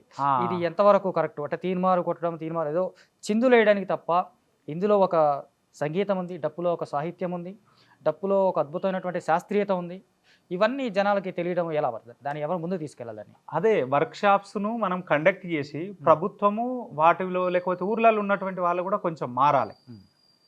ఇప్పుడు వాళ్ళు మారి మనలాంటి వాళ్ళు, లేకపోతే ప్రభుత్వం కొన్ని చొరవలు తీసుకొని చెప్తున్నప్పుడు, మనం కొన్ని వర్క్షాప్స్, ట్రైనింగ్ క్యాంప్స్ చేసినప్పుడు కొన్ని సిద్ధాంతాలను పెట్టుకొని మనం ముందుకెళ్తే ఖచ్చితంగా సక్సెస్ అవుతాం. ఆ మార్పు రాగానే నువ్వు ఊర్లలో నీకు వతన్ ఉంటే కొట్టుకో, పర్వాలేదు, బట్ కానీ అదే వతన్గా జీవించొద్దు. ఇప్పుడు నేను చదువు చేస్తున్నా, దీని మీద పర్టికులర్ ఒక స్టడీ చేస్తున్నాం కాబట్టి చదువు, ఇది ఒక చదువు 50% అయితే ఇది ఒక 50% నా ఎదుగుదలకు. కాబట్టి రెండింటిని మనం సమదృష్టితోటి పోతే ముందుకెళ్తాం. కొంతమంది నాకు ఇన్ని కష్టాలు వచ్చినాయి, అన్ని కష్టాలు వచ్చినాయి, నేను ఇట్లా అట్లా అనే అర్జునులకు నేనైతే అది యాక్సెప్ట్ చేయను. ఎందుకంటే నేను యువతకి ఇచ్చే సందేశం ఏంటంటే, నేను జీరోకి వెళ్ళి కొంచెం వెళ్ళడం జరిగింది కాబట్టి నాకు కూడా చాలా కష్టాలు పడినాం. ఇట్లాంటి చాలా సహజమని గుర్తించుకొని మనం ముందుకు పోవాలి. ఇప్పుడు మీరు చెప్పినంత వరకు మీరు చాలా వర్క్షాప్ నిర్వహిస్తున్నారు, చాలామందిని ట్రైన్ చేస్తున్నారు. ఈ విషయంలో నా పర్సనల్ ఎక్స్పీరియన్స్ ఏంటంటే, ఊళ్ళలో కోలాటం నేర్చుకోవాలన్నా కానీ డప్పు నేర్చుకోవాలనుకున్నా కానీ అవి రెండు ప్రధానంగా గ్రామాల్లో గ్రామ స్థాయిలో దళిత వాడలకే వెళ్తూ ఉన్నాయి. దళిత మహిళలకి కోలాటం నేర్పడం, మహా అయితే కొన్ని సందర్భాల్లో కొన్ని గ్రామాల్లో బీసీలు ఉండొచ్చు. ఇటు డప్పు అనగానే డప్పు నేర్చుకోవడం కానీ మళ్ళీ దళిత పిల్లల్ని పట్టుకురావడం, వీళ్ళే మళ్ళీ అగ్రవర్ణాల పార్టీల ముందు వీటి ముందు వీళ్ళే డప్పులు కొట్టడం, వీళ్ళే కోలాటం ఆడటం, వీళ్ళే చిందులు వేయడం, ఇది ఒక కల్చర్గా మీరు అనుకున్నటువంటి లక్ష్యానికి దూరంగా ఉన్నట్టుగా అనిపిస్తుంది. మీరు ఇలాంటివి ఏమన్నా ఫేస్ చేశారా? చేశాను, బట్ కానీ నేను వర్క్షాప్ చేస్తున్న క్రమంలో నా స్టూడెంటు మొట్టమొదటిగా నేర్చుకున్నటువంటి స్టూడెంటు రిపబ్లిక్ డే పరేడ్లో పార్టిసిపేషన్ చేశాడు. నాకంటే ముందు 2 సంవత్సరాల క్రితం నా దగ్గర శిష్యుడిగా చేసినటువంటి తమ్ముడు కిషన్ నాయక్, ఆయన ఓకే, సంగారెడ్డి జిల్లా, తను నారాయణఖేడ్ ప్రాంతం. ఆయనే ఢిల్లీలో తమ్ముడు రిపబ్లిక్ డే పరేడ్లో సెలక్షన్స్ ఎన్ఎస్ఎస్ నుండి పోయి పార్టిసిపేషన్ చేశాడు. ఆ సందర్భంలో సంగారెడ్డి కాలేజీలో వర్క్షాప్ చేయాలన్న ఉద్దేశం సార్కు చెప్తే నాకు ప్రపోజల్ చేసి చేయమని చెప్పినారు. 100 మంది విద్యార్థులు నేర్చుకున్నారన్న, 4 అమ్మాయిలు, అందులో 98 మంది బీసీలు, ఎస్సీలు లేరు కాడ, ఎస్టీలు, ఓసీలు అంతే ఉన్నారు, 2 మాత్రమే ఎస్సీలు ఉన్నారు. షూర్. ఎందుకు ఇది చెప్తున్నానంటే అక్కడున్న కాలేజీ యాజమాన్యం కావచ్చు, ఇది డప్పును ఒక కళగా గౌరవించండి, ఓకే, కులానికి పరిమితం చేయకండి అని వాళ్ళు ఆ కొటేషన్ అక్కడ ఇచ్చి వాళ్ళ గోడల మీద రాయించినారు. ఈ వర్క్షాప్ సక్సెస్ కావాలని అట్లా 100 మంది విద్యార్థులు నేర్చుకున్నారు. మీరు ఎప్పుడైనా V6లో కొన్ని ఛానళ్ళలో కూడా ఈ బయట రావడం జరిగింది, చూడండి మీకు వీలుంటే. కాబట్టి దాన్ని నేను కొంచెం దూరం చేసేసిన. నా దాంట్లో రెడ్డోళ్ళు ఉన్నారు, నా టీంలో కొమటోళ్ళు ఉన్నారు, మంగళోళ్ళు ఉన్నారు, ముదిరాజులు ఉన్నారు, అన్ని సామాజిక గౌడ్స్ ఉన్నారు, అన్ని సామాజిక వర్గాలు. మొన్న ఢిల్లీ రిపబ్లిక్ డే పరేడ్లో కూడా దాదాపు 5-6 సామాజిక వర్గాల బిడ్డలు ఉన్నారు. బ్రాహ్మణులు ఎవరైనా ఉన్నారా? ఉన్నారు, బ్రాహ్మణ్స్ కూడా ఉన్నారు. ఎంతమంది ఉన్నారు? బ్రాహ్మణ్స్ 4 ఉన్నారు ఇప్పటి వరకు మొత్తంగా. కోమట్లు ఉన్నారు. అంటే వాళ్ళ అప్రోచ్ ఎలా ఉంటుంది మీరు నేర్పుతుంటే వాళ్ళు నేర్చుకోవడం? కొంతమంది మంచి సహృదయులు ఉంటారు, వాళ్ళు మ్యూజిక్ వాళ్ళు యాక్సెప్ట్ చేసినారు, మనం చెప్పిన దాన్ని కూడా యాక్సెప్ట్ చేసి వాళ్ళు కూడా నేర్చుకున్నారు, వస్తున్నారు ఈవెంట్స్ లోకి అట్లా. కానీ వాళ్ళ దాంట్లో కూడా చాలా ఇబ్బందులు ఉంటాయి, అయినా వాటన్నిటిని అధిగమించి వస్తున్నారు మన కోసం. అంటే పలానా ఆయన దగ్గరికి వెళ్తున్నారు కానీ వాళ్ళకి పర్సనల్గా ఏవో ప్రాబ్లమ్స్ ఉంటాయి. సో ఇప్పుడు దరువులో అంటే మనకి డప్పు అనగానే రకరకాల దరువులు వినిపిస్తూ ఉంటాయి, జతులు, మీరు ఇందాక చాలా జతులు చెప్తా ఉన్నారు. దీనికి ఉన్నటువంటి దీనికంటే ఒక సపరేట్ సెక్షన్ ఉంటుంది కదా, ఎన్ని దరువులు ఉంటాయి దీంట్లో, ఎన్ని జతులు ఉంటాయి, ఇందులో ఉన్నటువంటి వేరియేషన్స్ ఏంటి? డప్పులో 101 రకాల జతులు ఉంటాయి అన్న, మా గురువు గారు మాకు చెప్పినది.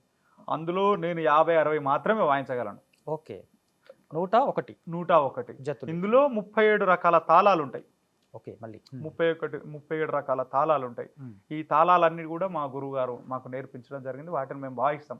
అయితే ఇవన్నీ ఎప్పుడు సింగిల్ గా ఉంటే మనం వాయించలేం. ఒక ట్రూపు చేదిరిగినటువంటి ట్రూపు మన దగ్గర ఉన్నప్పుడు దాన్ని మనము చేస్తే చాలా అద్భుతంగా చేయొచ్చు. ఒక రిథమ్స్ చేంజ్ చేస్తూ ఉంటే 1000 అయినా చేయొచ్చు. రీసెంట్ గా నేను మన షరతులు వర్తిస్తాయి మూవీ ట్రైలర్ లాంచ్ చేశాను, ఆ తరహాలో ఒక మిడిల్ లో ఒక పర్సన్ నుండి వీళ్ళందరూ చేస్తూ ఉంటే అది అద్భుతంగా చేయొచ్చు. వాళ్ళకి కలిసిన చెయ్యిని మనం ఎంత తారస్థాయికి తీసుకుపోయి మళ్ళీ 1% మళ్ళీ డిఫరెంట్ దరువులను చేసుకోవచ్చు. క్లాసికల్ గా కూడా చేసుకోవచ్చు. ఓకే, క్లాసికల్ గా కూడా చేసుకోవచ్చు. ఎలా ఎగ్జాంపుల్ ఏమైనా చూపిస్తారా? చూపిస్తాను. ఈ సందర్భంగా ఇంకొక మన సురేష్ అన్న గారు కూడా రావడం జరిగింది. మేమిద్దరం కలిసి కొన్ని దరువులను పిలుద్దాము. దీనికి జతులు దరువులకు సంబంధించి ఓకే, క్లాసికల్ గా తీసుకుంటే మనకు పాల వరుసలు అనేటివి ఉంటాయి అన్న. క్లాసికల్ గా డప్పులో పాల వరుసల్లో 9 రకాల వరుసలు ఉంటాయి. దాంట్లో మొట్టమొదటికి పాల వరుసల్లో మొదటి దరువు తత్తా కిడతతుత తత్తా కిడతతుత తత్తా కిడతతు తత్తతాకు తత్తతాకు తుంత తదిగిటత తదిగిటత తదిగిటతం తదిగిటత తదిగిటత తదిగిటతం.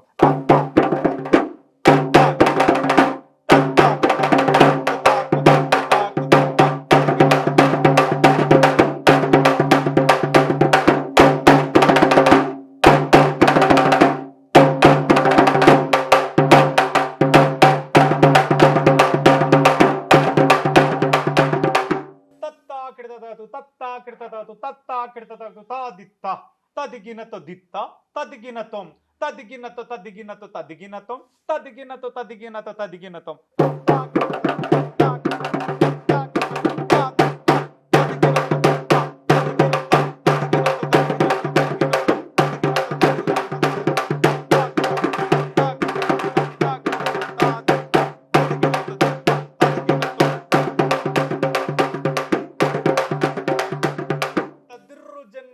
జన్ను తక్కట తకు తరిగిట తకు తిన్ను. చాలా అద్భుతంగా ఉంటుంది అన్న ఈ జతి. ఉమ్. తద్దిర్రు జన్ను తజ్జన్ను తక్కట తకు తరిగిట తకు తిన్నా.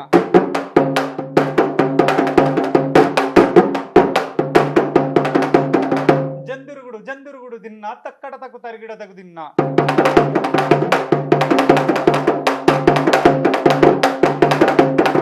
తాహత జం తరిత తరిత తాహత జం తరిత తరిత జం తరిత జంకుత తరిత కిట తకు తకిట దంత తకిట దొంత తిత్తం.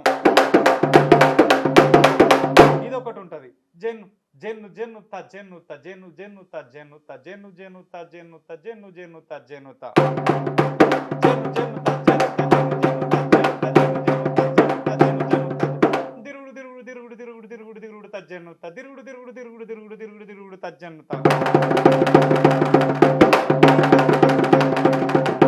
దిరుగుడు త జన్ను త దిరుగుడు త జన్ను త త జెన్ను త దిరుగుడు త జన్ను త దిరుగుడు త జన్ను త త జెన్ను త.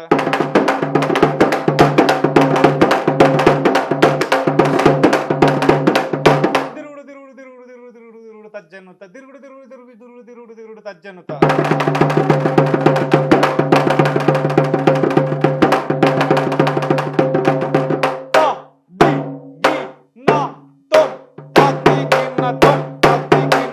ఇట్లా మనకు చాలా రకాల దరువులు అనేటివి ఉంటాయి అన్న. తక్కిట తక్కిట తక్కిట తక్కిట తక్కిట తక్కిట తక్కిట తక్కిట కిట తగ్గుతుంది.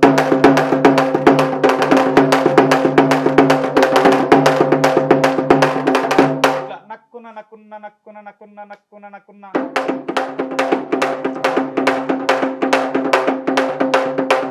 దిన్నకు దిన్నకు దిన్నకుతం దిన్నకు దిన్నకు దిన్నకుతం.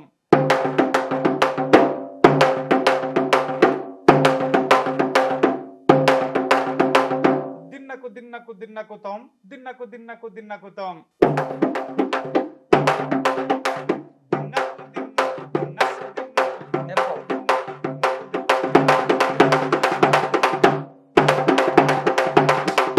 ఇందాక మన మధ్యలో వచ్చి కట్ అయింది. అవును, లవ్ మ్యారేజ్ తొందరగా అయిపోయింది, పెళ్లి ఏదో మర్డర్ అటెంప్ట్ జరగడం వల్ల.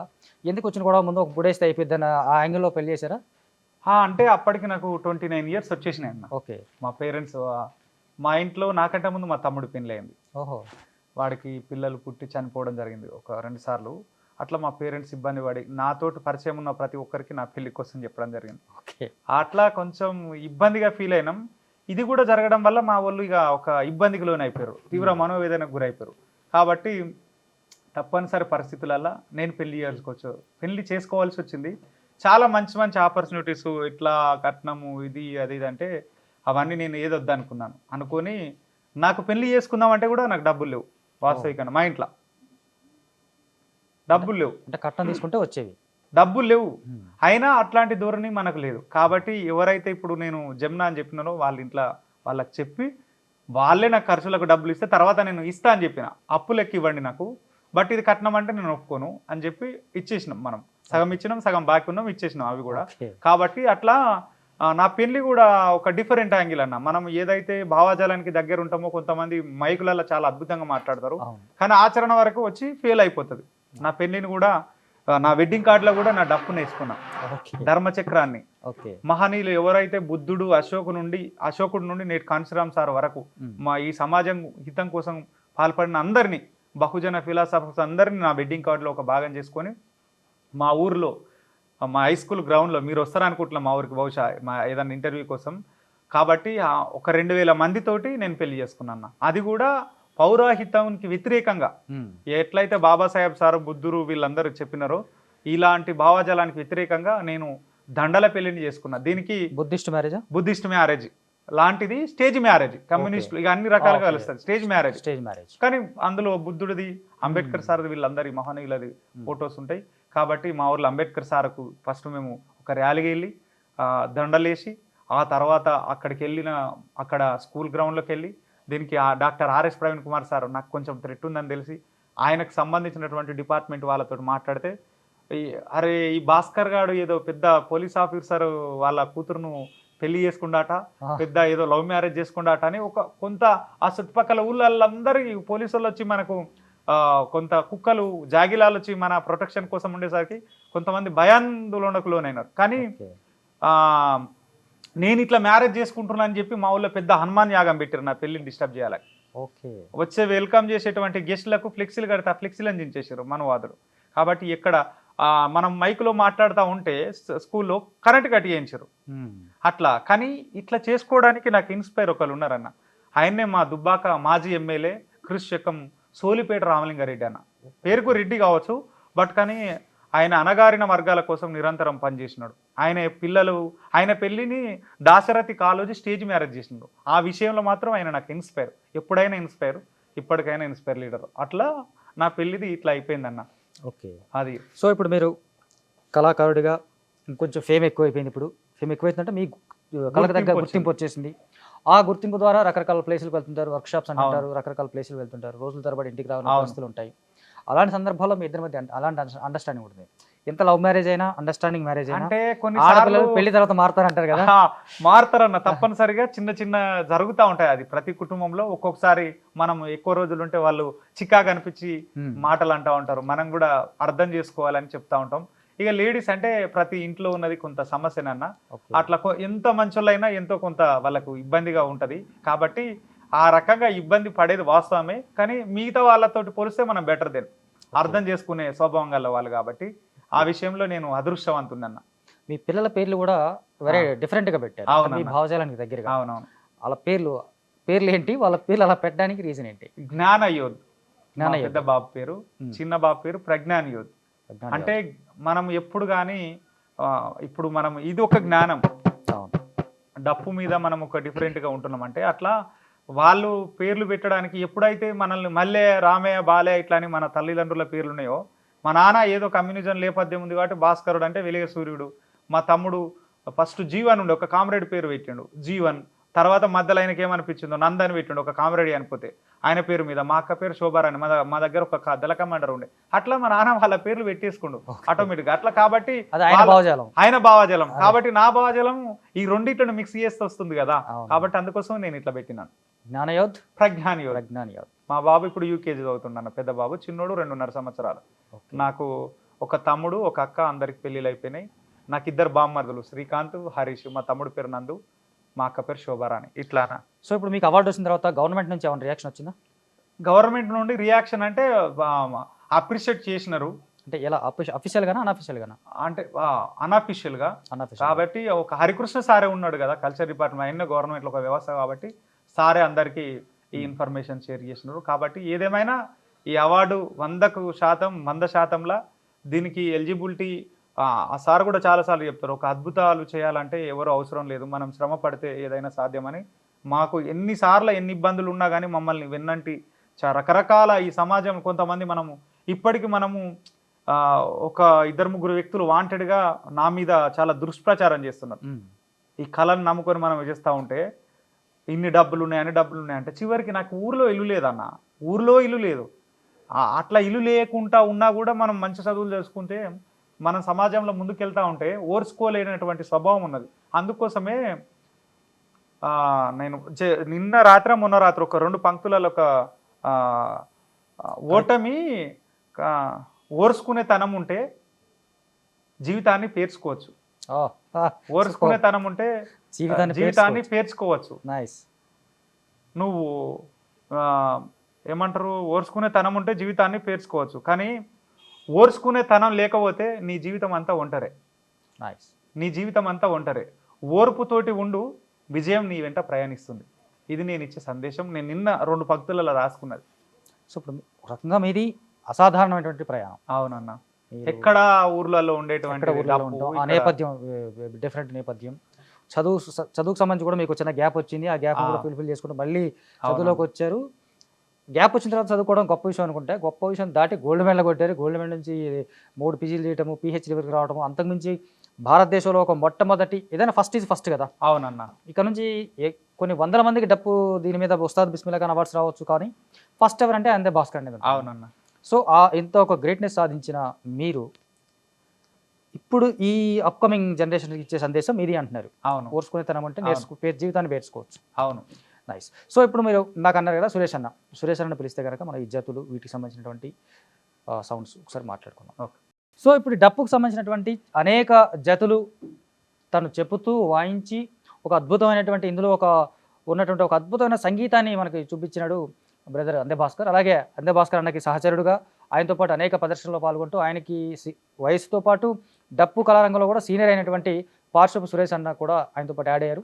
పార్శ్వపు సురేష్ అన్న 2001లో భారతదేశం నుంచి దక్షిణాఫ్రికాలో జరిగినటువంటి దర్బన్ మహాసభకి ఒక ప్రతినిధిగా వెళ్ళినటువంటి బృందంలో ఆయన కూడా ఆ ప్రతినిధుల టీంలో కత్తి పద్మరావు గారు, కలేకూరి ప్రసాద్ గారు ఇలాంటి వాళ్ళు మహామహులు అందరితో కలిసి ఆయన డర్బన్ సదస్సుకు ఒక 15 రోజుల పాటు అక్కడికి వెళ్ళారు. అలాగే ఈ డప్పుకు సంబంధించినటువంటి మరొక ఈవెంట్ కోసం 2009లో జర్మనీ కూడా వెళ్ళొచ్చినారు. కాకపోతే అన్నకు సంబంధించినటువంటి కళకి దక్కాల్సినటువంటి గౌరవం గుర్తింపు ఇంకా దక్కలేదు. దక్కే రోజులు దగ్గరలోనే ఉన్నాయి. అందే భాస్కర్ అన్న లాంటి మరొక మంచి హృదయం ఉన్న కళాకారుడు కలిశారు కాబట్టి వీళ్ళిద్దరూ కలిసి టుగెదర్గా మరిన్ని అద్భుతాలు రాబోయే రోజుల్లో చేస్తారు. దానికంటే ముందు ఈ డప్పులోని సంగీత సౌందర్యాన్ని సొగసిని వీళ్ళిద్దరు కలిసి మనకు వినిపిస్తారు. చూద్దాం ఒక్కసారి. సురేష్ అన్న, అందే భాస్కర్ అన్న, చలో. ఆది ఒకటో తాళం జామ్ తక్క తక్క తక్క జామ్ తక్క తక్క తక్క జామ్ తక్క తక్క తక్క జామ్.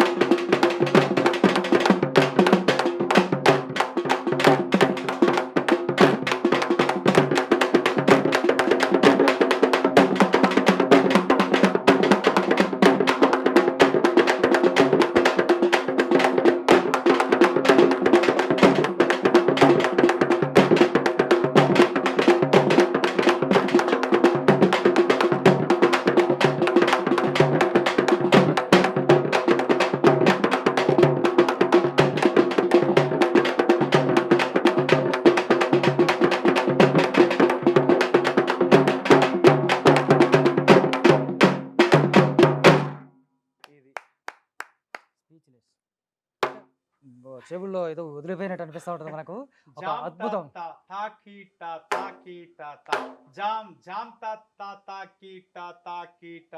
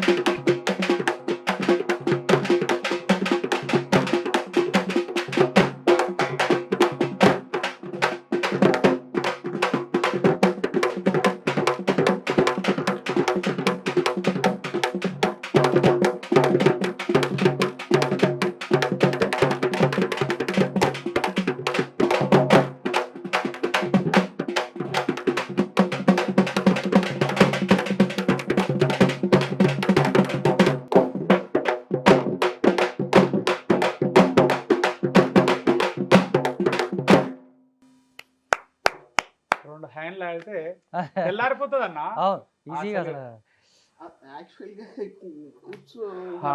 డాన్స్ వేసుకుని steps ఓకేనా? ఇది ఒక్కటి ఇది ఓకే. అంటే మామూలుగా మీరు లాస్ట్ టైం చూసినప్పుడు అంటే మనకు డప్ అనగానే గజ్జ స్టెప్స్ ఇవి కూడా ఉంటాయి. ఆ అడుగులు ఎన్ని ఉంటాయి మామూలుగా? అంటే మనము దరువును బట్టి అడుగు మార్చుకోవచ్చు అన్న. ఉమ్. ఒక్కొక్క ఇప్పుడు మేము 20 రకాల బీట్స్ వాయించినాం అవును. ఈజీగా, ఎక్కువనే ఉంటాయి. ఉమ్. అంటే మనం అడుగును బట్టి మ్యూజిక్ను బట్టి డ్యాన్స్ ఎట్లా కంపోజ్ చేసుకుంటామో ఓకే. మన దరువును బట్టి రిథమ్ చేంజింగ్ను బట్టి మనము అడుగులను వేసుకోవచ్చు. అంటే ఇప్పుడు ఇందాక అన్నట్టుగా డప్పు మీరు జతులు ఆ. దరువులు ఇవన్నీ పర్టికులర్గా ఉన్నాయి కదా, నూట అవును. ఒకటి దరువులు, ఈ జతులు అని పేడ. 37 తాళాలు, ఒక 50 అడుగులు ఉంటాయి అన్న. ఓకే. వీటికి సంబంధించి అలాగే మీకు డప్పుకి ఈక్వలెంట్గా అడుగులు ఉండవా? అంటే అప్పటికప్పుడు మనం పర్సనల్ కంపోజ్ చేసుకోవడమే? ఉంటాయి అన్న. ఈక్వాలిటీగా అడుగులు అంటే కొంతమంది క్లాసికల్గా వస్తాయి.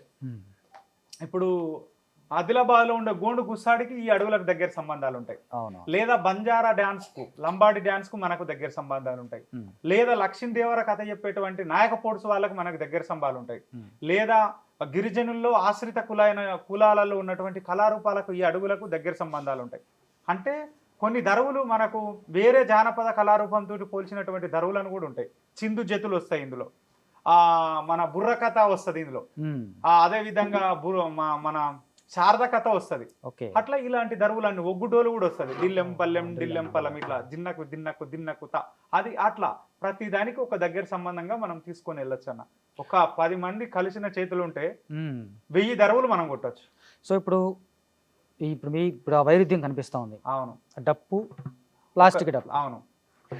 ఈ రెండింటి మధ్య ఉండే తేడాలు ఎలా ఉంటాయి దరువుల్లో? అంటే సౌండ్ లో సౌండ్ లో ఇదేమో వినసొంపుగా, వినోదంగా, శృతి లయతోటి ఉంటది, శ్రావ్యంగా చాలా బాగుంటది. ఇది వచ్చేసి మన హారన్ కొట్టినట్టు ఉంటది. ట్రాఫిక్ లో హారను, లేకపోతే వెనక బండ్లు ముందరికి వస్తూ ఉంటాయి, లేకపోతే ట్రైన్ హారన్ కొట్టినట్టుగా ఉంటది. దీనివల్ల ప్రయోజనం లేదు. ఇప్పుడు ఈ యాంత్రీకరణ కాలంలో వీటికి తోలు ఆదరణ తక్కువైపోయింది కాబట్టి దొరకట్లేదు. సినిమాలలో ఎక్కువ టేపు అనే పరిభాషలో వాడతారు. ఇప్పటికి తోలు వాటినే వాయిస్తారు. సినిమా వాళ్ళు తోలు వాయిస్తారు. కాబట్టి దీనికే ఆదరణ ఉందని మనకు అర్థమవుతుంది. కాబట్టి ఈ ప్లాస్టిక్ ను కొంచెం పక్కకు పెట్టి దీన్ని తోలు వాయిద్యంగా నేను మళ్ళీ అది కూడా తీసుకుపోలే బాధ్యత నాదే అన్న. సార్ ఫైనల్ గా లాస్ట్ టైం మీరు ఒక సినిమా ఫంక్షన్ లో షరతులు వర్తిస్తాయి అనే సినిమా ఫంక్షన్ లో అక్షర్ కుమార్ డైరెక్షన్ అక్కడికి రావడం, ఆయన పిలిచి ఆయనకి మీకు రిలేషన్ వల్ల అక్కడికి వచ్చారు, ఒక అద్భుతంగా చేశారు. మరి సినిమాలో ఎవరి నుంచి అయినా ఇన్విటేషన్ ఎప్పుడైనా సినిమాలో వాయించడానికి కూడా వీరు అద్భుతమైనటువంటి ఒక రికగ్నిషన్ కూడా వచ్చింది నేషనల్ వైడ్ గా. సినిమాల వాళ్ళ నుంచి ఎప్పుడైనా ఒక అప్రోచ్ వచ్చిందా? నేను గతంలో కొన్ని సినిమాలకు వాయించామన్నా. ఏ సినిమాలు? చాలా పేర్లు ఉన్నాయి, వాటి పేర్లు కొన్ని చెప్పలేము. పెద్ద పెద్ద తెలుగు భారతదేశ సినిమా హిస్టరీలోనే, ప్రపంచ సినిమా హిస్టరీలోనే ఫేమస్ బాహుబలి, దానికి కూడా మనం చేశాం కొన్ని బీట్స్ లో కీరవాణితో కలిసి. వాళ్ళ అసిస్టెంట్స్ మనకు పిలిస్తే వాళ్ళు ఉండరు, దానికి ఒక సిస్టమ్ ఉంటుంది అట్లా. తర్వాత కొన్ని లాస్ట్ టైం మేము మావిడ రాసినటువంటి పాట కటక చీకటిలోని అంబేద్కర్ సార్ పాటను కూడా వాళ్ళు ఒక 20-30 సంవత్సరాలు మన మణి శర్మ సార్ దగ్గర అసిస్టెంట్స్ గా చేసినటువంటి వాళ్ళు, డప్పును ఇంకా మిగతా వాయిద్యాలను. కానీ నేను చెప్పిన బీట్స్నే వాళ్ళు దాంట్లో వచ్చేసి, అంతకుముందు నాకు రికార్డింగ్ వాయించిన అనుభవం ఉంది. పరిస్థితులు కింద మీద ఈ వాయిద్యాలను అమ్మేసుకొని మళ్ళీ ఇది ఎక్కడ నాకు ఎడ్యుకేషన్ డిస్టర్బ్ అవుతుందా అని ఆ రికార్డింగ్ బంద్ చేసుకొని హైయర్ ఎడ్యుకేషన్ వైపు వచ్చిన. ఒక 1000 పాటలకు నేను రికార్డింగ్ వాయించిన సందర్భాలు ఉన్నాయన్న. అంటే సినిమా పాటలు కాదు, బయటవి ప్రైవేట్ గా ఆల్బమ్స్. డబ్బులు తీసుకున్న అలవాటు ఉంటే నేను కోటీశ్వరుని అయిపోదు ఇప్పటి వరకు అలా. ఆ అలవాటు లేకనే ఇట్లా భిఖారీ లెక్క అయిపోయినాం అంతే అన్న. అట్లా అన్న వస్తాయి. ఇప్పుడు మనకు ఇప్పుడే ఈ స్టూడియోకి వచ్చే కంటే ముందే ఒక ఫిల్మ్ డైరెక్టర్ ఫోన్ చేయడం జరిగింది. సూపర్. తన పాటలు ప్లస్ మీరు ఇట్లా యాక్టింగ్ చేయాలి, మీది అవసరం తప్పనిసరి. కానీ చలో ఎప్పుడైతే పద్మ అవార్డ్స్ వచ్చిన తర్వాత మన రాష్ట్ర ప్రభుత్వం శిల్ప కళా వేదికలో ఒక కల్చర్ ఈవెంట్ని ఏర్పాటు చేసిందో తెలంగాణ కళారూపాలను, అక్కడ నేను అనారోగ్యంగా ఉన్నా కానీ హరికృష్ణ సార్ పిలిపించి నాతో ఒక పర్ఫార్మెన్స్ చేస్తే మన చిరంజీవి గారే చాలా డప్పు కళా ప్రదర్శనకు నివ్వెరపోయిన చిరంజీవి అని సోషల్ మీడియాలో చాలా వైరల్ అయిపోయింది అది. కాబట్టి వాళ్ళ దగ్గర నుండి కూడా సార్ గారికి ఫోన్స్ వస్తే సార్ నాకు చెప్పడం జరిగింది. వాళ్ళందరినీ కూడా త్వరలో కలిసి అవకాశం వస్తుంది అనుకుంటున్నా. పేరు చెప్పొచ్చా? డైరెక్టర్ పేరు? ఇప్పుడు ఈ రోజు ఫోన్ చేసిన మాత్రం అల్తాఫ్ అన్న. వెళ్తాం. బట్టల రామస్వామి సినిమా తీశాడు అన్న, ఓటీటీలో వచ్చింది. అవునవును. సో ఇప్పుడు అక్షర్ కుమార్ నుంచి ఏమైనా నెక్స్ట్ సినిమాలు ఏమైనా అవకాశం? అక్షర కుమార సామన్న నాకు నెక్స్ట్ సినిమాలో అవకాశం ఇస్తా అని చెప్పారు. సూపర్. కొంతమంది పెద్ద పెద్ద సినిమా లేకపోతే వాయించేటువంటి వాళ్ళు కూడా మనకు రెస్పెక్ట్ చేస్తారు. అరే పలానా అందే భాస్కర్ అంటే ఓహో ఈయన డప్పు మీద ఏదో అని. ఎఫ్రేమ్ అన్న అని ఒక కొత్త మ్యూజిక్ డైరెక్టర్ అన్న, పాత అన్ననే. ఆ అన్న నన్ను చాలా ఎంకరేజ్ చేస్తాడు. నువ్వు ఇలాంటి వాళ్ళు సౌండ్ ఇంజనీర్ అయ్యి ఇంకా అది చేస్తే అద్భుతాలు చేయొచ్చు తమ్ముడు అని ఎఫ్రేమ్ అన్న కూడా, కొక్కిలగడ్డ ఎఫ్రేమ్ అన్న ఎంకరేజ్మెంట్గా చేస్తాడు. ఆయనే చాలామంది కొంతమందికి మ్యూజిక్ డైరెక్టర్స్కు మనము ఒకప్పుడు దగ్గర ఉండి హెల్ప్ చేసి ఫ్రీగా వాయిస్తే ఇప్పుడు అట్లాంటి వాళ్ళే మనకు టైం ఇవ్వలేని సిచ్యువేషన్లో ఉన్నారు, కమర్షియల్ అయిపోయినారు. కాబట్టి పర్వాలేదన్న, ఏదైనా ఇప్పుడు అక్షర కుమార సామన్న నెక్స్ట్ సినిమాలో అవకాశం ఇస్తున్నారు. అట్లా కొంతమంది ఇప్పుడు మనము ఈ బిస్మిల్లా ఖాన్ తర్వాత కొంచెం గుర్తింపు పెరిగింది. సో ఈ గుర్తింపు ఇంకా పెరగాలి. బిస్మిల్లా ఖాన్ కాదు, అంతకుమించిన పెద్ద పెద్ద అవార్డ్స్ మీకు రావాలి. డప్పుకు సంబంధించినటువంటి ఇంకొక విశిష్టమైనటువంటి స్థానాన్ని మీ ద్వారా సమాజంలో కల్పించాలి. ఇప్పటిదాకా డప్పుని ఏ వర్గాన్ని పరిమితం చేశారో ఆ వర్గాన్ని కాదు, సమాజాన్ని, అవును ప్రజలది, సబ్బండ వర్ణాలు కాదు, మొత్తం ప్రజలకు సంబంధించినటువంటి సంగీత సాధనం, మొదటి సంగీత సాధన పరికరంగా దీనికి ఇప్పటిదాకా ఉన్నదానికంటే మించిన గౌరవం మీ ద్వారా ఇంకాస్త ఎక్కువ కలగాలని కోరుకుంటూ మీ ఇద్దరు మరింత బెటర్ పొజిషన్కి వెళ్ళాలని మైక్ టీవీ తరఫున wish you all the very best. Thank you అన్న. ఈ సందర్భంగా నేను మీకు కూడా చాలా ధన్యవాదాలు తెలియజేస్తున్నా. మైక్ టీవీ యాజమాన్యం అందరికీ, మీ మైక్ టీవీ ద్వారా చాలామంది కొత్త సింగర్స్ కూడా చాలా ఈ ప్రపంచానికి పరిచయం కావడం జరిగింది.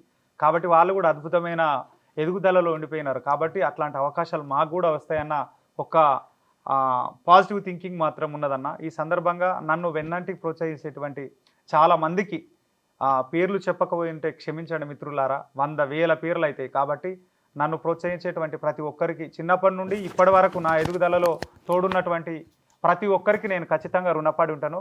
ధన్యవాదాలు. మీ అందే భాస్కర్, ఉస్తాద్ బిస్మిల్లా ఖాన్ అవార్డు గ్రహీత.